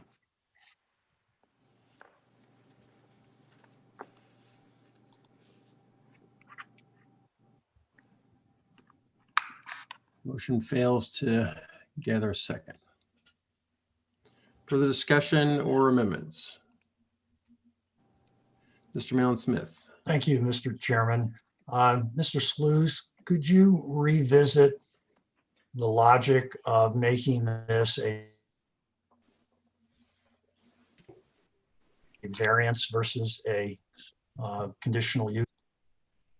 Sorry, Commissioner, you froze in the middle of that, but I think your question was just to kind of revisit the logic behind making something a variance versus conditional use, but I didn't hear what the something was. Why make this a variance and it goes to the Board of Adjustment versus a conditional use being handled by the board? And sorry, is that as regarding letter size or? Letter size. Okay. So, again, I think the discussion focused on a couple of issues. One being that the Board of Adjustment is generally the body that considers cases that involve variances from our zoning code, which obviously the sign code is part of. Two, the discussion about, not having the number of cases coming before the Board of Aldermen that they were, in addition to the usual business the Board of Aldermen handles. Because generally speaking, the Board of Aldermen does not handle variance cases. Again, if it's something that as a group, the city would rather see remain at the board level, there is no legal reason why that can't happen. It's a practical matter when variance cases are handled at the Board of Aldermen, the Board of Adjustment, there's a much clearer process and procedure in place in terms of what people do, one, when presenting that case, and two, also if there are appeals from that case in terms of the fact that, appeals from the Board of Adjustment then go to the circuit court. Probably true also of the Board of Aldermen, but it's not quite as clearly delineated because, again, it's a rarer procedure. I think obviously in terms of the number of cases, that's something that we'll probably see reduced by increasing the letter sizes by right. So hopefully you're not going to see 30 cases anymore over a 2-year period. It's going to be more like 1 or 2 cases.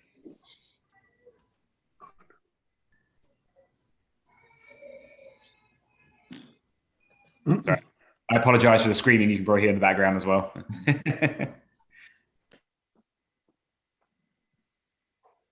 Further discussion or questions?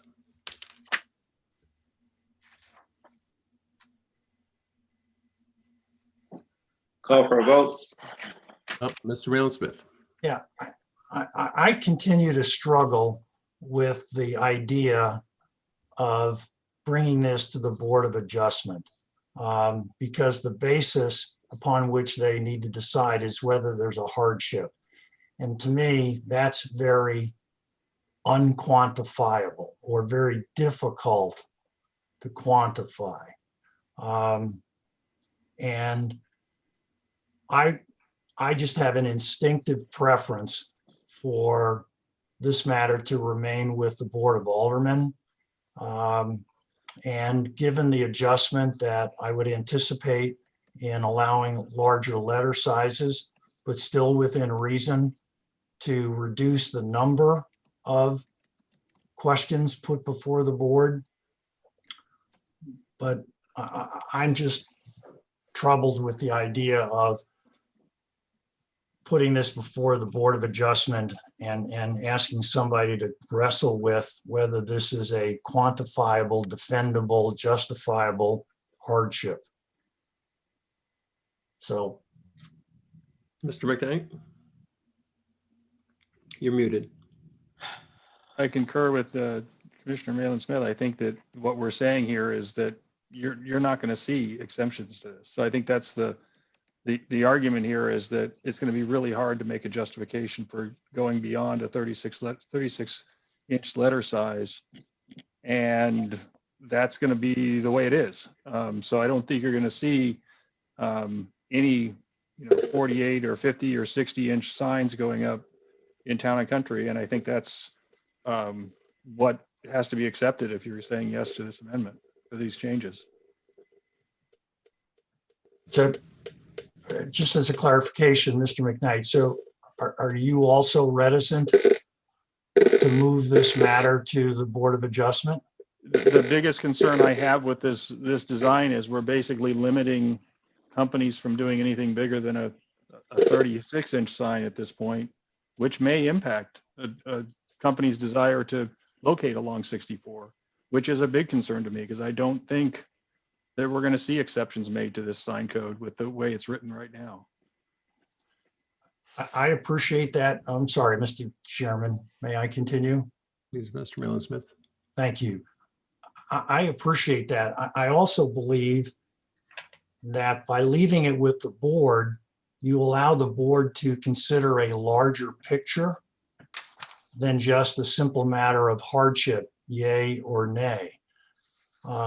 I think the board has a greater sensitivity to business success, that once a business is located here, you want that business to succeed. And I don't feel at all comfortable trying to make that business success contingent on a subjective decision of whether it's hardship or not, about exceeding the size limitations that we put. And I'd rather entrust that to the Board of Aldermen.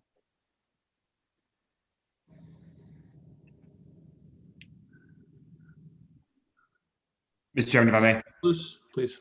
Yeah, I think, if ultimately the decision is as a group that you want to keep this with the Board of Aldermen, I think you also want to consider I don't think it's as simple as necessarily just scratching out Board of Adjustment and reinserting Board of Aldermen, because obviously as part of this, and in fact the most recent round of change, some of the additional language from Mr. Bolazina as well, we established the variance criteria.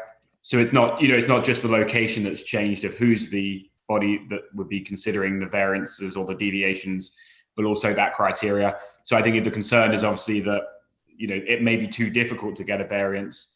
That there's that part to this as well, maybe revisiting what that criteria in this current draft is as well. And where's that, what section are you referring to, Mr. Sluice?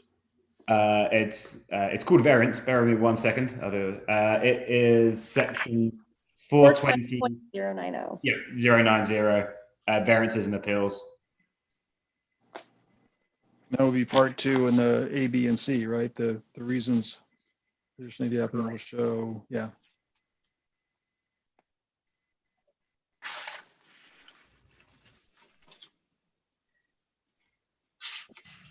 I mean, effectively, so that sign, how big did you say MOBAP sign was, Mr. Spencer? 96 inches. 96. There is maybe an alternate route as well, which is, so we have in there, and again, I'm not sure how many conditional signs we have, because I think that this language was drafted certainly when digital signs were in as a conditional, but we do also have a procedure for conditional signs, which the procedure goes through planning and zoning and Board of Aldermen.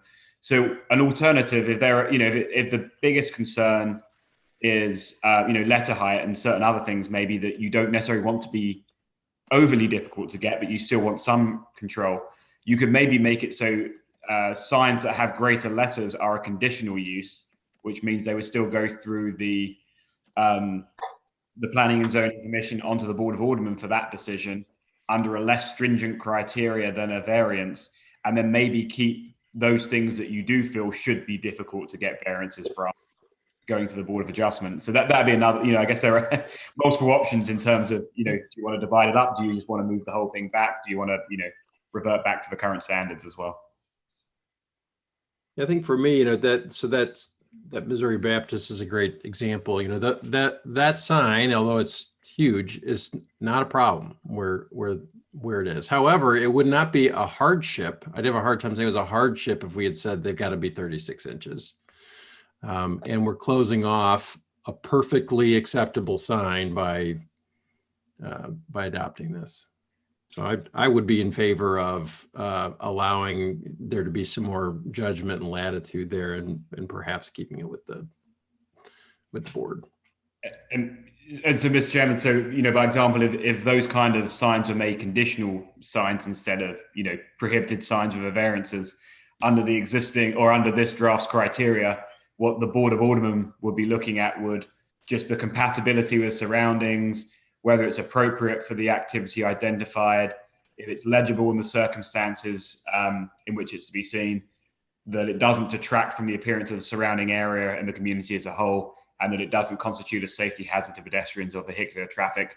That's the CUP sign criteria versus the variance sign criteria, which is much, much more stringent. Mr. McKnight?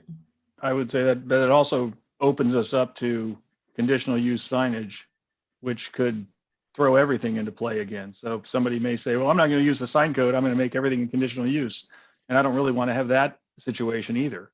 So my thought or suggestion, if that was a way you were thinking of going, would be to be very specific about what you could do. Conditional signage can be, i.e., kind of like the pool house example, accessory structures of pool houses up to a certain square footage are permitted. Beyond that, they're conditionally permitted. So you could say these signs up to this letter height are permitted.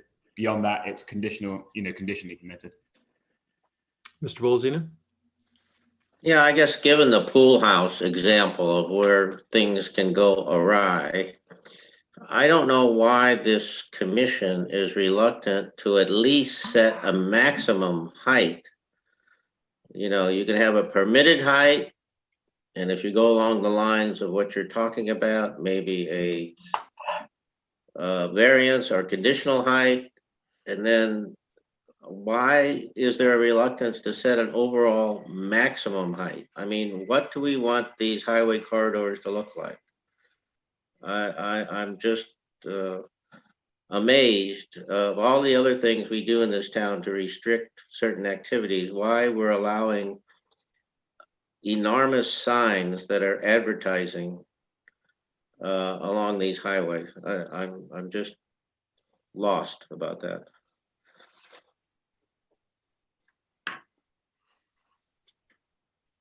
Mr. Malin Smith. Thank you. Mr. Chairman, let me respond to Mr. Bolzina. I trust the judgment of the Board of Aldermen to rule appropriately. And if we would pick a letter height absolute limitation, I think we would be doing so very arbitrarily. For example, if we'd picked 80 inches, and I just picked that number out of the air, then a 96-inch sign that's perfectly okay, I think in most people's mind on the hospital, would be absolutely strictly prohibited. So I think by setting the heights at the proposal that we've approved with the amendment, and then allowing anything other than that to come before the Board of Aldermen for their scrutiny, is a prudent way to go. So, Mr. Sluice, if one were wanting to propose an amendment to make this become either a conditional use or go to the Board of, I guess, a conditional use, which is your most recent suggestion, what would one motion? So I think it'd be a motion to amend the draft to provide that any signs containing letters over the maximum permitted height in the code become conditional use signs subject to the procedures set forth in section 420.090 4 of the present draft.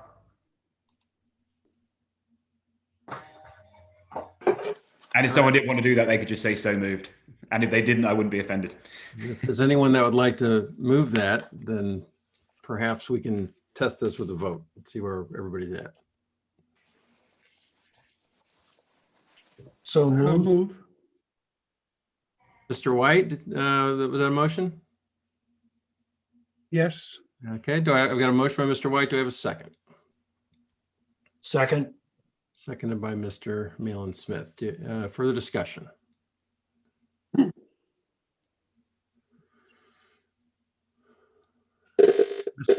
McKnight. You're muted. Or that was described, would that include the currently crossed out A, B, C, D, and E is compatible with surrounding areas, appropriate to the property, is visible in the circumstances in which it is to be seen, shall not detract from the appearance, shall not constitute a safety hazard? Is that what that section 4 reference was to? So, so it's actually this. So that language is in section 4 is still in there. It's crossed out from section 3 because of the rewrite and the. Yeah. Okay, I see. But yes, that is that criteria. Okay. Further discussion on the proposed amendment?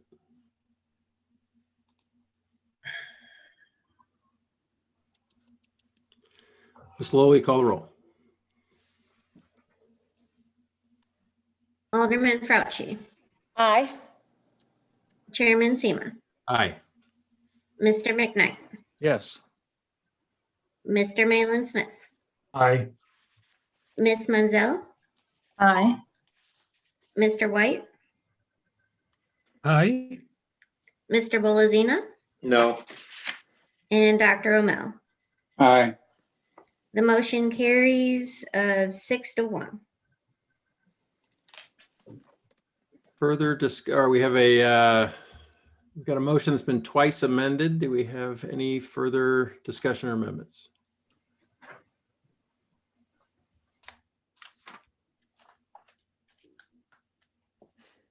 Ms. Lowell, will you call the roll? Mr. McKnight, Yes. Alderman Fauci, Aye. Mr. White, Aye.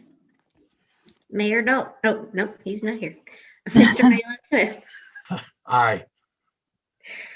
Chairman Sema, Aye. Dr. O'Mell, Aye. Miss Munzel, Aye. and Mr. Bolazina.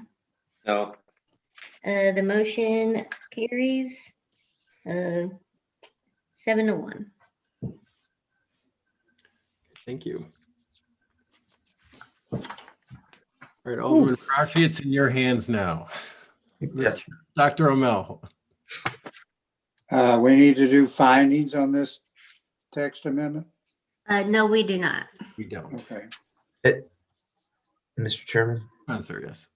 if I could just quickly, I really appreciate all the hard work and effort that went into this, especially you, Mr. Chairman, and Commissioner Bolazina. A lot of really diligent and selfless work went into this, taking time out of your lives. We met many times, 9 a.m.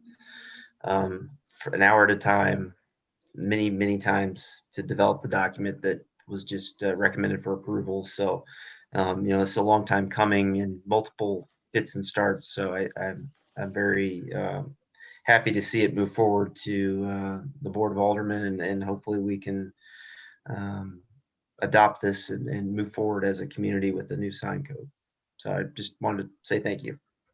You're welcome.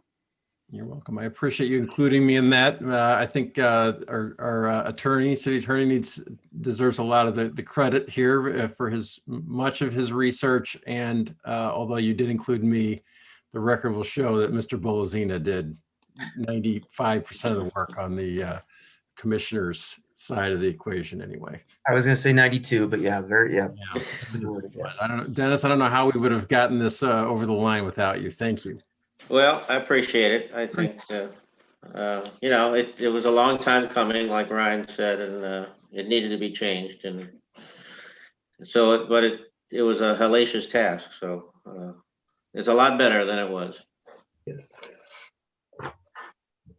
All right, item number 3, new business, zoning text amendment, an amendment to the process for amendments to the zoning code section 405.290, specifically amendments. Mr. Spencer. Yes, Mr. Chairman, for your consideration is a zoning text amendment courtesy of Commissioner Bolazina. The intention of this amendment is to require 2 meetings of the Planning and Zoning Commission prior to any recommendation and report for a zoning text amendment. This would allow time for proper review, discussion, and feedback from the general public. And if I may, I'll just read the specific language. So this addition would go in the amendments section 405.290, under A, and it would be the new number 2, and it would read, any proposed text amendment to the provisions of Chapter 405 of the city's municipal code shall require consideration at a minimum of 2 meetings of the Planning and Zoning Commission. Prior to the Planning and Zoning Commission making its recommendation and report, this requirement may be waived by unanimous consent of all members of the Planning and Zoning Commission present at the first meeting at which any proposed text amendment is considered. Okay. Mr. Bolazino. Yeah, this has been the topic of some concern for several years, actually. And I don't think it's uncommon in other communities to have 2 readings when you're changing the text of your zoning code. So what happens is that it's nothing reflective on staff or anybody, that there's been many times when this commission has seen for the first time a change, and sometimes they're fairly significant changes about certain code sections. Sometimes they're to fit into a planning district or a special kind of submission that's been worked on by an applicant and our planning department, and not for a bad cause, but for a good cause. But the difficulty is that this commission doesn't have an opportunity to look at it in depth to see maybe how it affects other things or what they think about it, and beyond perhaps the specific project that's before us that may be a good or bad project. And we may be approving a zoning text change just because we might like the project that's coming forward and that's fitting into this new zoning language. So anyway, I don't think it's a bad idea that when we're changing our zoning code and language and allowing new uses and doing anything that manipulates our zoning code, that it deserves more than one hearing. And that's all this says. Mr. Drew? Mr. McKnight. Dennis, I really appreciate the work that you've done on this. I love the way this is written. I love the way what it says and the purpose of it. And I will vote for it when it comes forward. I will ask kind of a possible question. Given the topic that we're discussing here, would it make sense to push this to next month's meeting to give us 2 meetings to talk about it?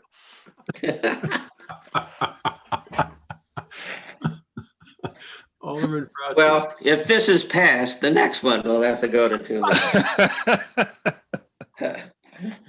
So I have a couple of comments. The first is that this commission always has the option of bringing anything to 2 meetings simply by continuing a topic, as we have done, I think, with every zoning text amendment that we've had since I've been on planning and zoning. Generally speaking, they take more than 2 readings. I think one of the things that concerns me is this is taking, mandating something and then that is not common. 2 meetings of the Planning and Zoning Commission. Planning and Zoning Commission isn't passing zoning text amendments. They're recommending them to the Board of Aldermen, who then change the code. And at the Board of Aldermen level, zoning text amendments have a public hearing and 2 readings. So that public hearing, which is advertised as such, is a great opportunity for the public to see what is coming forward. Certainly, I would love it if everybody came forward at planning and zoning with any concerns. But even if it has 2 meetings, without changing the way things are advertised, people won't necessarily know that a zoning text amendment is on the agenda unless they're specifically looking at planning and zoning at all times. So the things that you're looking to do, I think, are simply accomplished by this body making the decision to continue something. The requirement where you say that this requirement may be waived by the unanimous consent of all members, but the reality is it takes a quorum to consent on votes. And so I'm not sure why we would need a unanimous consent for this when we don't require unanimous consent for the actual recommendation. It's only a quorum that is required. So I certainly appreciate what you're trying to do, but I think the things that you're trying to do are actually the things that are accomplished at the Board of Aldermen level. Mr. Bolzino. Yeah, I mean, the primary purpose of the Planning and Zoning Commission is to prepare and recommend changes to the zoning ordinance. That's their primary job. And so it's a serious job. And whether the Board of Aldermen takes 2 looks at it doesn't concern me. What concerns me is this deliberative body making and having an opportunity to provide a proper recommendation. I don't know where this unanimous consent came from. I don't recall using that language, and I know it went to our attorney and it went to some kind of process to get this wording. I started out with a simple idea of just changing the rules. We have certain rules for our commission.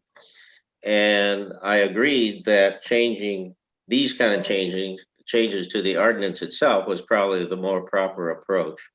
So I'm really not concerned about having a unanimous consent. I'm more than happy to have a regular quorum ruling. So that's not something that's important to me at all. So, I mean, we can change that easily. Mr. Sluice? So on the unanimous consent question, so yes, the original discussion was, to have this requirement, and there was no discussion about whether that could be raised.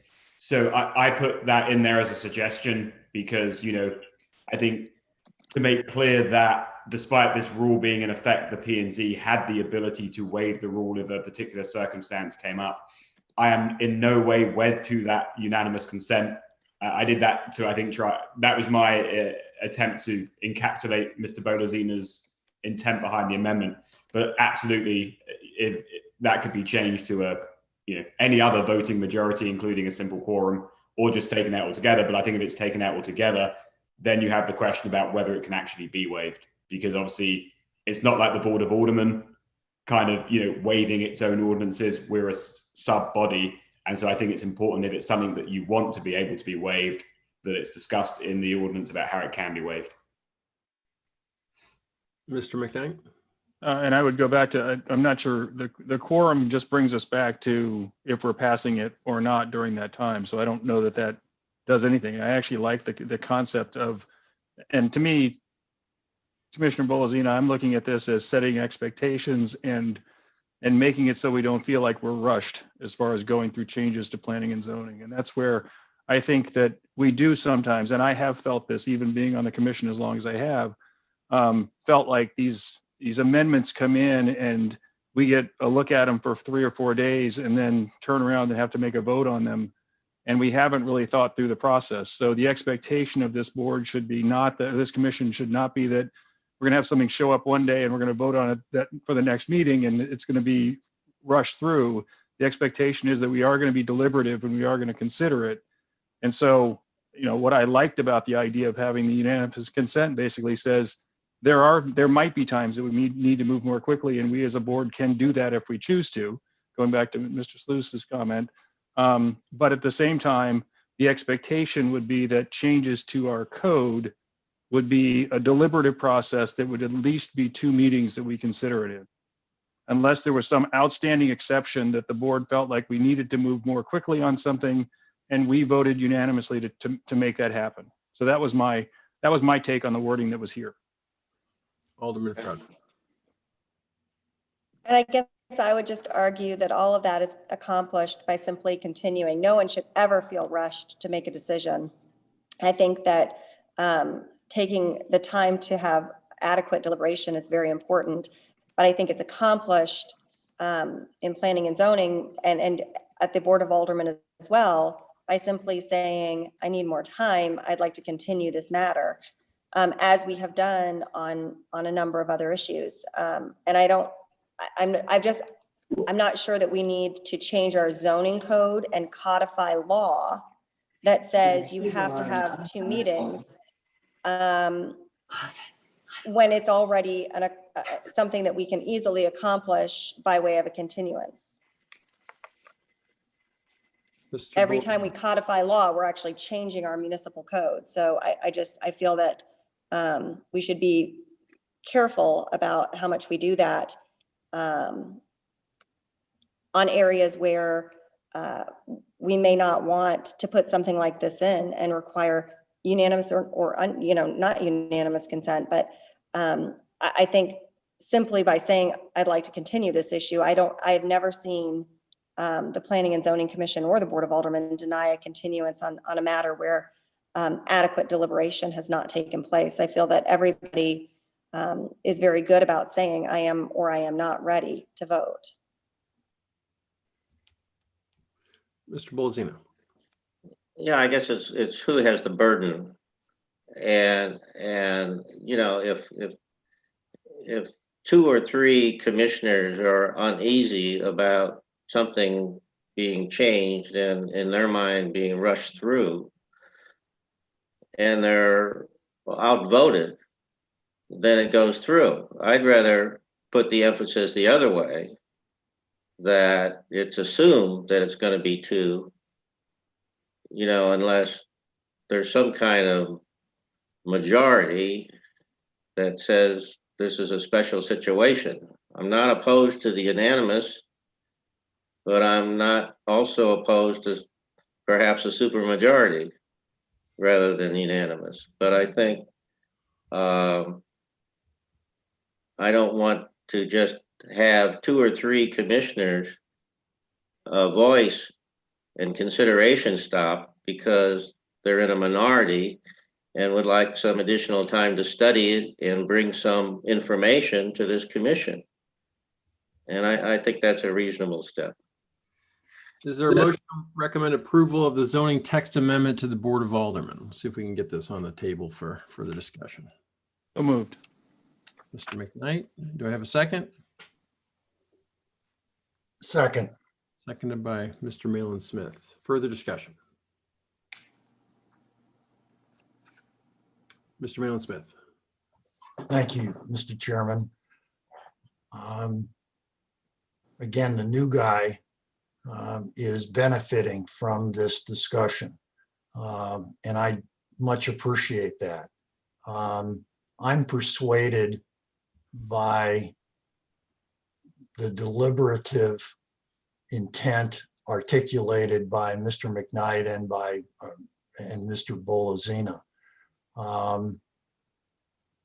I personally would recommend that we remove the unanimous and move to perhaps a supermajority. But I think the opportunity for comfortable deliberation is valuable. So I'm persuaded by that.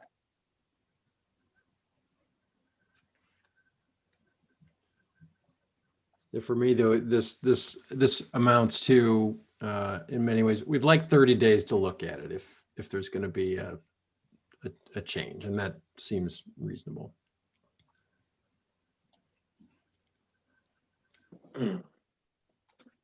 May I offer? Mr. Malin-Smith. It's been a while, so correct me. May I offer an amendment? Please do.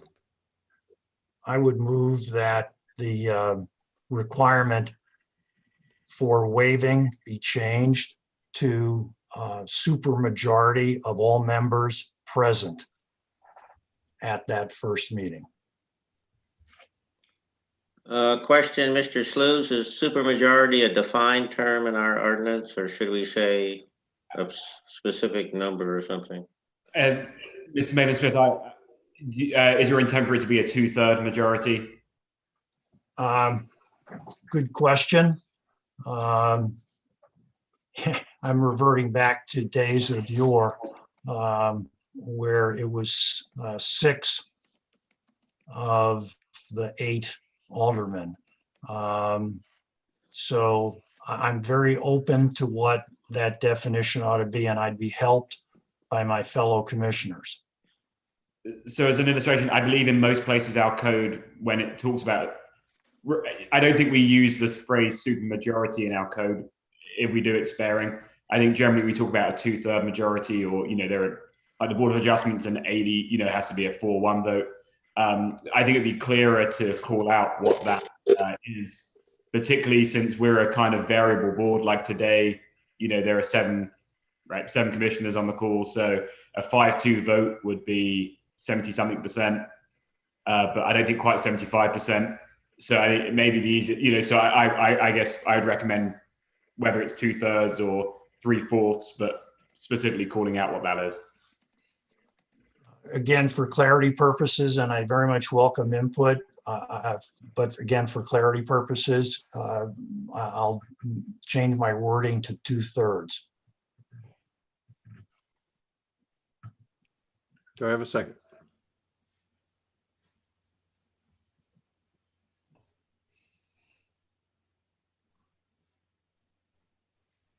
Motion fails to be seconded. Further discussion or amendments?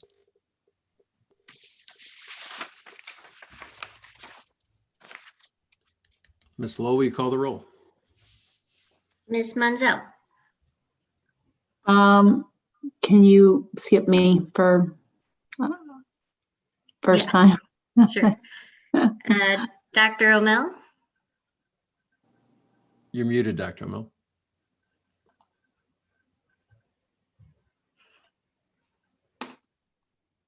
Aye. Alderman Fauci, Nay. Mr. Bolazina, Yes. Mr. Malin-Smith, Nay. Mr. McKnight, Yes. Mr. White, Aye. Chairman Sema, Aye. and Ms. Munzel. Aye.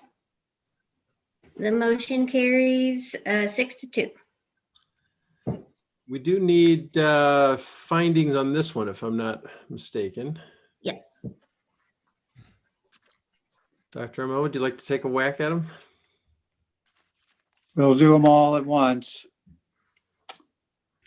There is a public need for the proposed use.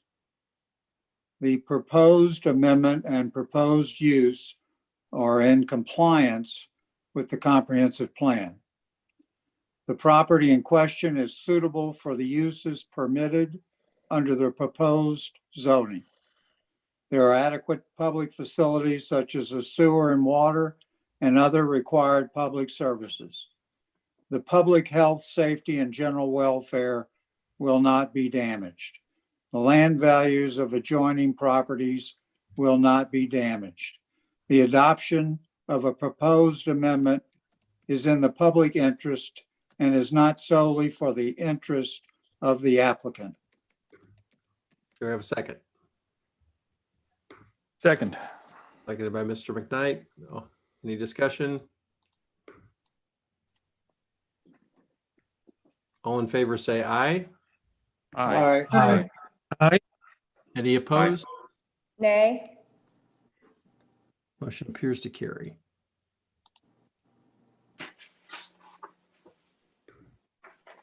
Okay, next item on our agenda, item number 4, a subdivision text amendment and amendment to the regulation of grading and fill, section 410.200.a.7.a, specifically compaction standards.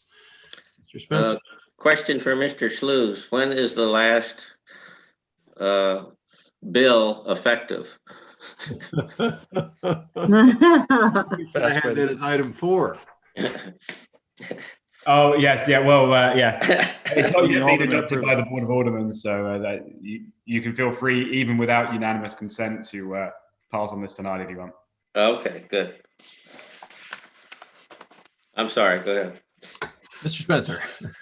Yes, this is simply just to ensure that our subdivision code in terms of compaction standards, the language is concurrent with what we're currently in the process of adopting through our building code.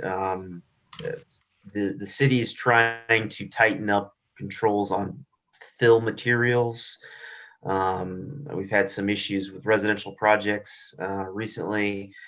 So at the meeting on Monday, the Public Works Commission unanimously recommended approval of adoption of an Appendix J to our building code. And the letter, the language in Appendix J is what we're trying to do is mirror that language. So those are the changes that you're seeing before you. And it basically comes down to the maximum dimension of rock of similar irreducible material, which before we were calling large rocks, concrete, and brick. The maximum dimension has been reduced from 24 inches to 12 inches. So that's the basic amendment in a nutshell, is just to have some concurrence with how we're regulating via the subdivision code and the building code. Mr. White. Comment?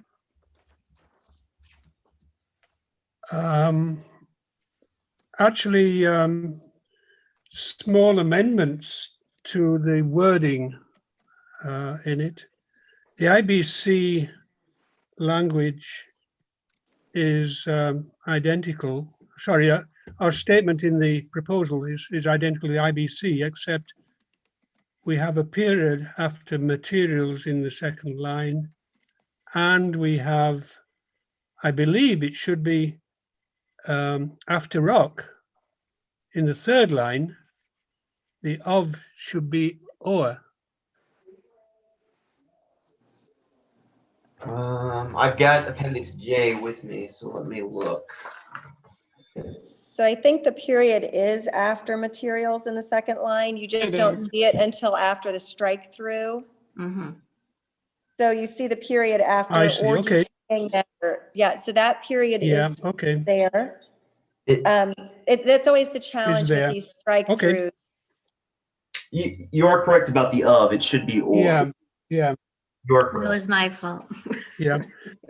And, I have a third item Go ahead, Mr. White. right at the end, sorry.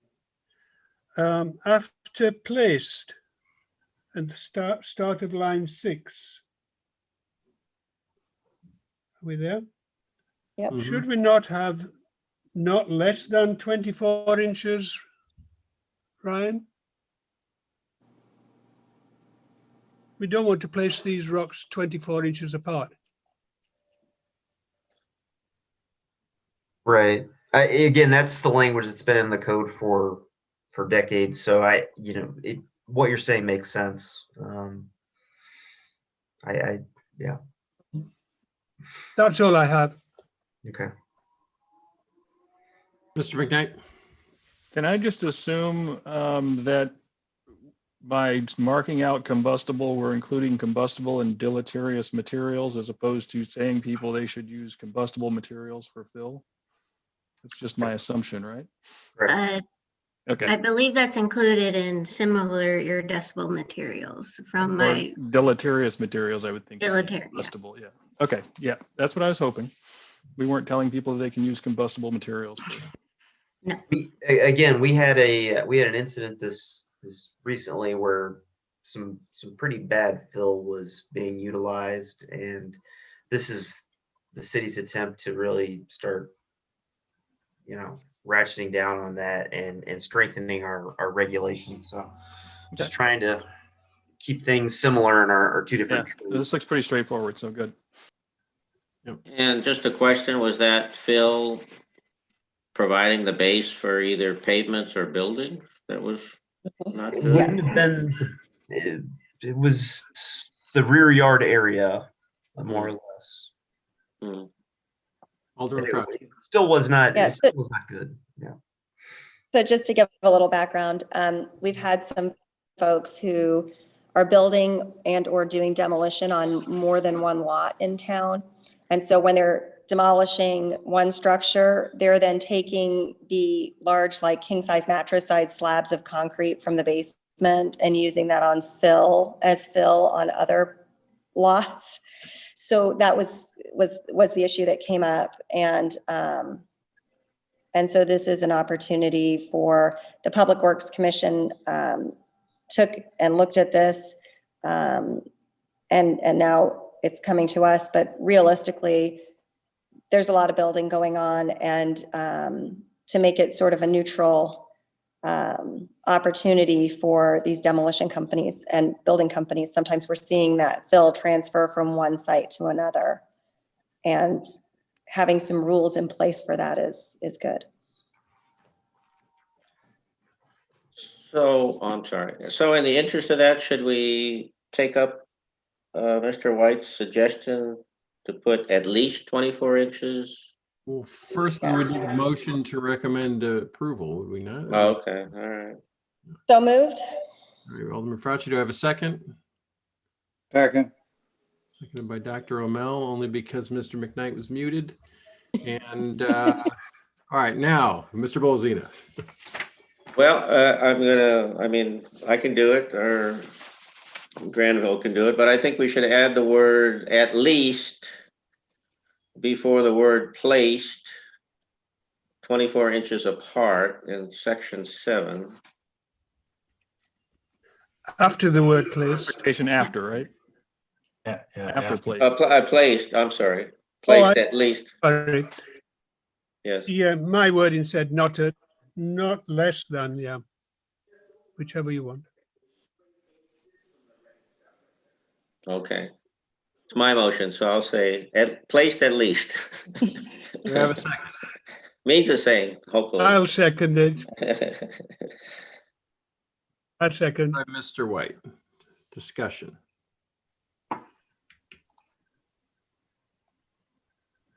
Question? Mr. Malin Smith. Mr. Bolozina, you're the architect and engineer.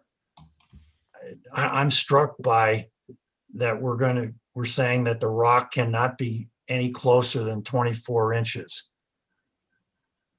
So when there's a dump truck with a bucket full of fill and some of it is dirt and some of it is rock, is it, and this is just, if you will, a curiosity question, how do you ensure that the rocks being dumped next to the foundation are no closer together than 24 inches? Help me with that one. Mr. Bolzina. Okay, well, number one, what we're trying to do, as I understand this, we're trying to just eliminate what I would call boulders. We're not looking at rocks. And if you've got a rock or boulder or a hunk of concrete that's 24 inches square, that's a big chunk coming out of that truck. And you should be able to figure out where to put it and how to space it. So. Oh, now it's 12, but now it's 12 inches. Oh. Wow. Well, Does that comply with IBC, Granville? Dwight? I can't answer that. Okay.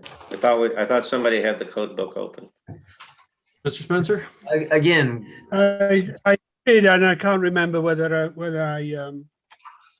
was 12 inches or not. the current language is being amended to be concurrent with Appendix J of the 2018 IBC. The one section J 107.4 fill material. Fill material should not include organic, frozen, or other deleterious materials. Rock or similar irreducible material greater than 12 inches in any dimension shall not be included in fills. I mean, we're trying to keep it the same as what's in Appendix J.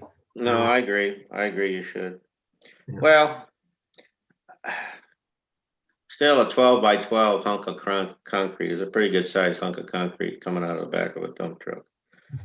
So yes, I mean, I think that's the goal. I think you don't want boulders or big chunks of concrete. And the reason is that when you have large material like that, it's very difficult to compact because of the voids that can develop around that material and under that material. Mm-hmm. So obviously the smaller the granular material, the better it can be compact. So you have too much large chunks. It's difficult to compact. It's a bad base for pavement. It's a bad base for buildings. And it's probably subject to some settlement over time. As the voids get filled. Mr. McKnight? I just think what I'm reading in this is that your fill's got to be 12 inches or less. Otherwise, you need to do special consideration to have it placed, which is perfectly reasonable to me. So yeah, the burden on them is to try and fix it if they're going to try and bring big rocks in and place them and try and bury them and compact around them. Yeah. Yep. Yeah, that's absolutely correct, both of you. And if fill is, if any larger portions are less than 12 inches, 24 inches, you simply cannot compact it. And compaction requirements are quite stringent, and a contractor would know this.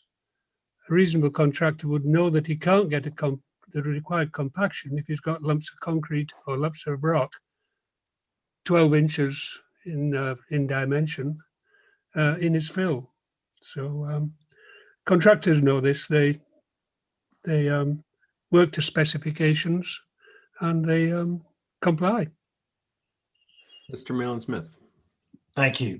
To be clear, I understand the intent here, and I'm totally supportive of the intent of making the fill suitable. And I also agree with reducing the size of the large chunks down to football size, 12 by 12. I'm just logically thinking about, because I've built some projects in my life, of the dump truck with the scoop in front of it that's got 2 yards of material in it. And we're telling them that the footballs, rocks that they're dumping in, must be no closer than 24 inches apart. I just think it's humorous to how that would be enforceable as you're dumping 2 yards of fill in next to a foundation of a building. And believe me, I'm supportive of the intent here, and I'll vote in favor of it. I'm just questioning the logic. Alderman Fauci. Ryan, I just want to double check with you. So that entire section comes straight from the IBC code, correct? The 24 inches apart, I didn't hear that No. second part coming No, up. that's not what I heard the last part. The second part, it didn't seem as in there. Section 410 200A.7 is in our subdivision code. We're taking the relevant Or wording, it's together. the appendix J, and then amending number 7 so that they're That it fits. congruent. Yeah. But the 24 inches has always been in our code. It's since the 80s. Yes. Right. Okay. So that's what I'm saying is the 24 inches has been there. Yes. So we've been somehow, I mean, and that is what we looked at when that site we had the problem with. I mean, that was the problem. Right. And Yeah. it was pretty apparent when you went to the site. So I can see how there would be instances where it would be difficult. I also can see how there's instances like this one when it wasn't. I support this. Ms. Mansell? Chairman Seema and other commissioners, I think what I interpret is that if you have these large chunks, you cannot simply dump them from the dump truck. You've got to take a little bit more care in placing them. So that's, as like everyone said, I'm in agreement with that. You just cannot just, do that basically. And that's something that a contractor would be aware of, the size of what they've got. Mr. White? To assure Mr. Malin Smith, the trick is not to separate lumps of concrete and lumps of rock, which are 12 inches, in the dump truck as you're dumping it into the hole. The trick is, don't put it in the dump truck in the first place, just as you wouldn't put deleterious materials or tree trunks or anything else. There are certain things meant to go in fill, and if the fill requirements are known to the contractor, then what he puts in the dump truck to bring to the site will be suitable. And it's not a matter of trying to sort it out after it gets to the site. Mr. Malin Smith? And Last- I might say that I've placed Last- thousands upon thousands of cubic fill in my time. And I appreciate that. And it's now 9:38, so this is the last thing I'm going to say. But just conceptually, he's allowed to put football-sized pieces of rock in the dump truck, correct? Because that's what the document says. And he's going to dump the dump truck and then use a bobcat or a bucket loader to move it, to put it against the foundation of the building. And I'm just, That is, I'm asking about the enforceability of those footballs, pieces of rock, not concrete, because concrete is reducible. So it's got to be rock that's irreducible.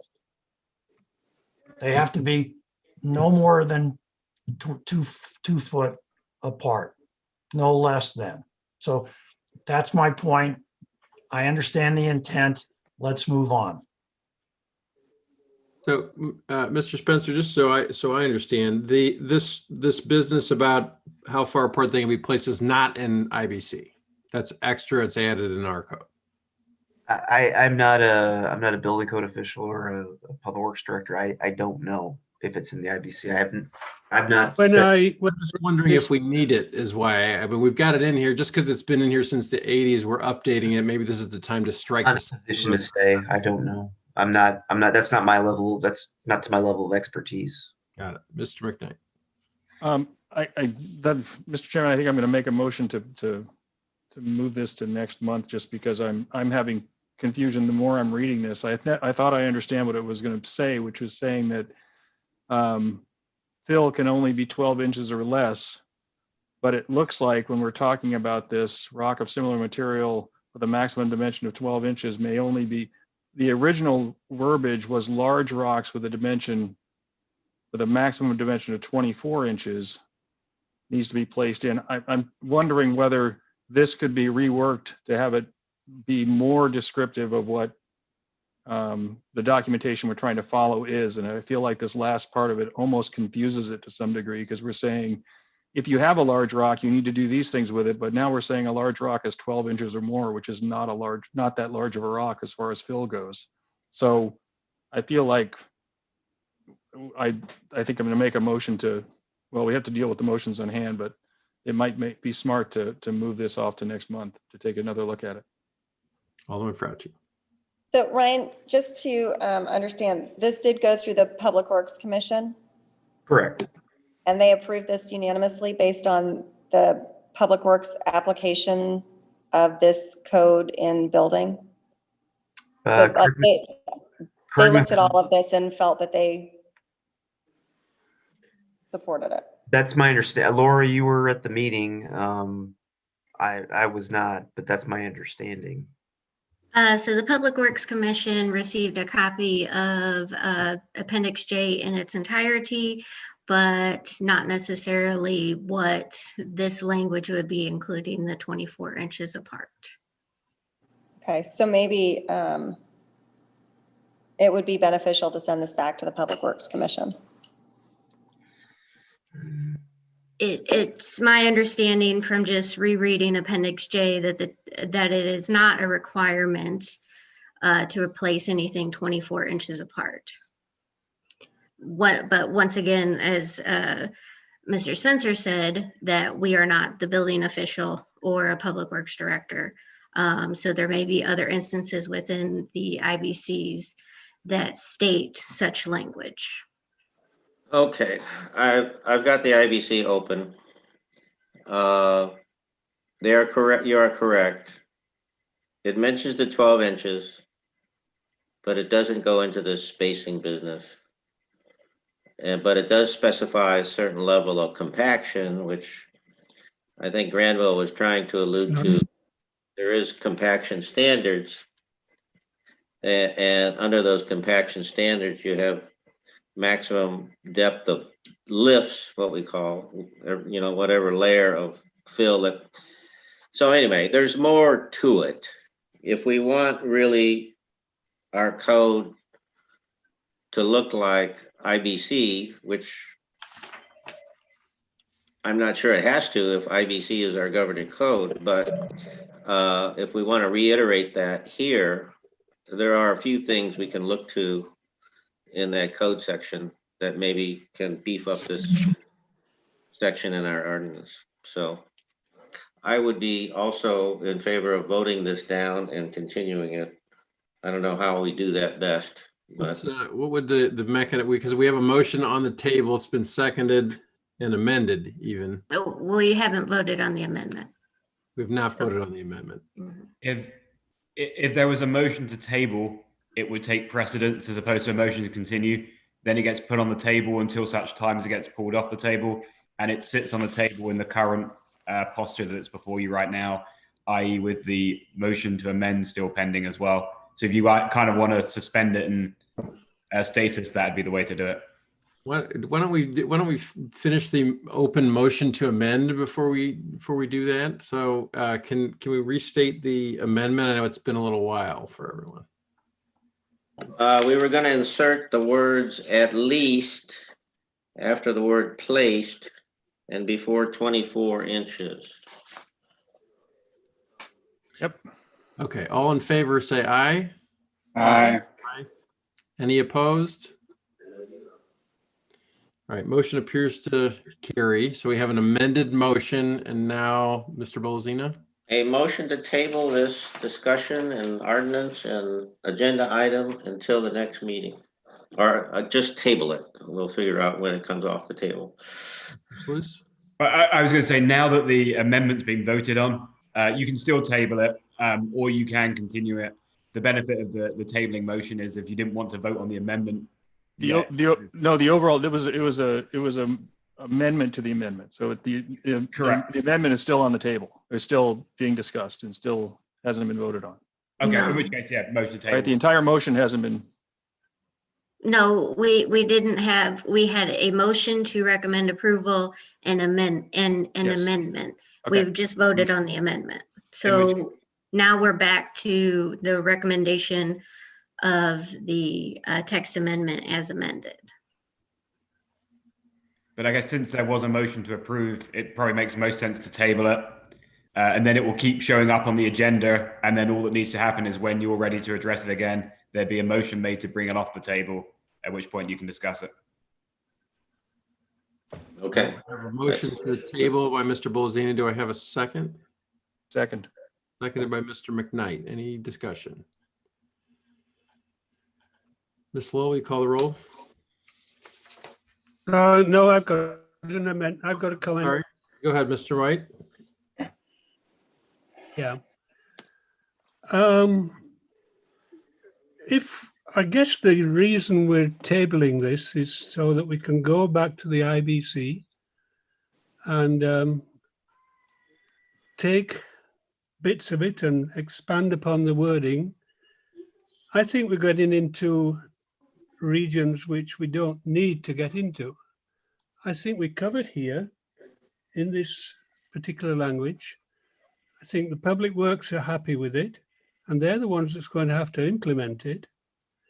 And if we start trying to cherry pick through the IBC, we're never going to get this thing through. I'd be fully in favor of voting on this tonight and not tabling it or putting it into another meeting.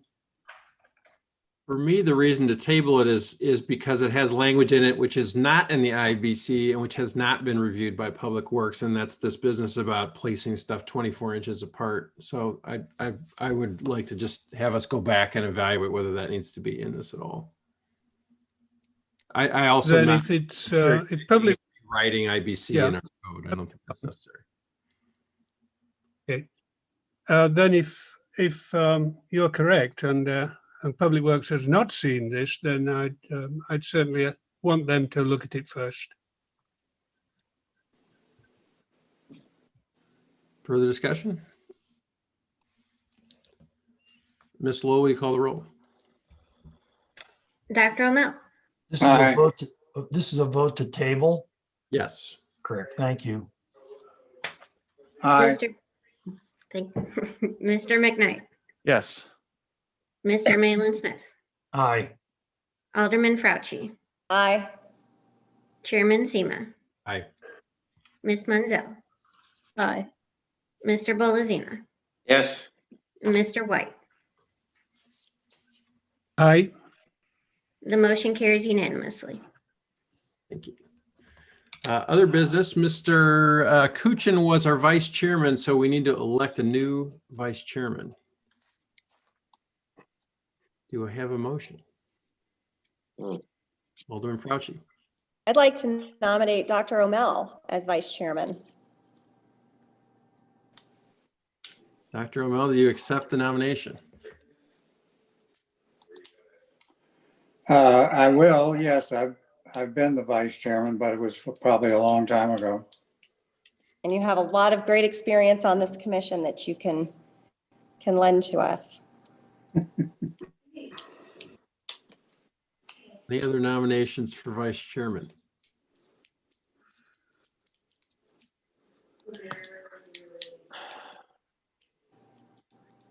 All right, hearing none. No nomination for vice chairman of Dr. O'Mell. All in favor, say aye. Aye. aye, Any opposed? Aye. Motion appears to carry unanimously. Congratulations, Dr. O'Mell. Thank you. By the way, I'm not going to be at the next meeting, so it'll be on you. I was not. Alderman Fauci, do you have a report from the Board of Aldermen for us? I do. We've been so busy on these zoning text amendments, and I wanted to report that both the fence regulations and the PDD regulations did pass the Board of Aldermen. The PDD regulations passed with a substitute bill, and the biggest change there is, if you recall, when we originally drafted that, the special district language referred to the districts that were created through the comprehensive plan. Because those districts can be altered by planning and zoning without the approval of the Board of Aldermen, there was a change made to actually utilize the zoning classification codes, which are under the direct control of the Board of Aldermen. So that was the biggest change in that language that you'll see. The fence regulations had a minor amendment, and that was an exception to the chain link rule, allowing public utilities who have chain link around. And I'm specifically thinking about, I think the water, do you call that? It's not a tower. Ryan, I know, you're smiling because I know you know what I'm thinking of. In Ward 1, there's a water tank, Storage I tank, guess. water Yep, storage. the big storage tank. So some of those public utilities do use chain link in those residential areas. And our chain link prohibitions would have disallowed that use. So that amendment was made by the Ward 1 Alderman, and it did pass the Board of Aldermen to allow that exception in those specific circumstances. And we have lots of public hearings coming up on other things that we've seen, but we haven't had any votes yet. Although backyard chickens passed. So that passed the Board of Aldermen unanimously to allow the backyard chickens. So sorry, 3 zoning text amendments have passed the Board of Aldermen. So we've been busy too. Clearing the way for Dennis's chickens after all this time. Mm. I mean, Dennis, I know you wanted a rooster, but you just can't have one. No, I'll take the eggs, but not the chickens. Is that on that's on the 2 acres, right? Or what's the It is acreage? 2 acres. It's 2 acres. And keep in mind that while 2 acres is 5% of the lots in Town and Country, a majority of subdivisions do not allow them, even on 2 acre lots, because the subdivision indentures prohibit them. And I think that was something that is, pretty clear cut in those indentures. But we had a lot of outpouring from residents, actually from all the wards, interested in having backyard chickens. And I think it's going to be sort of like our sign code with digital signs. People want to see how it goes with the 2 acres, but a majority of the folks who reached out actually have 1 acre lots, and they're hoping that it goes really well with 2 acres so that it potentially will affect them. Mr. Yes. Brzezina.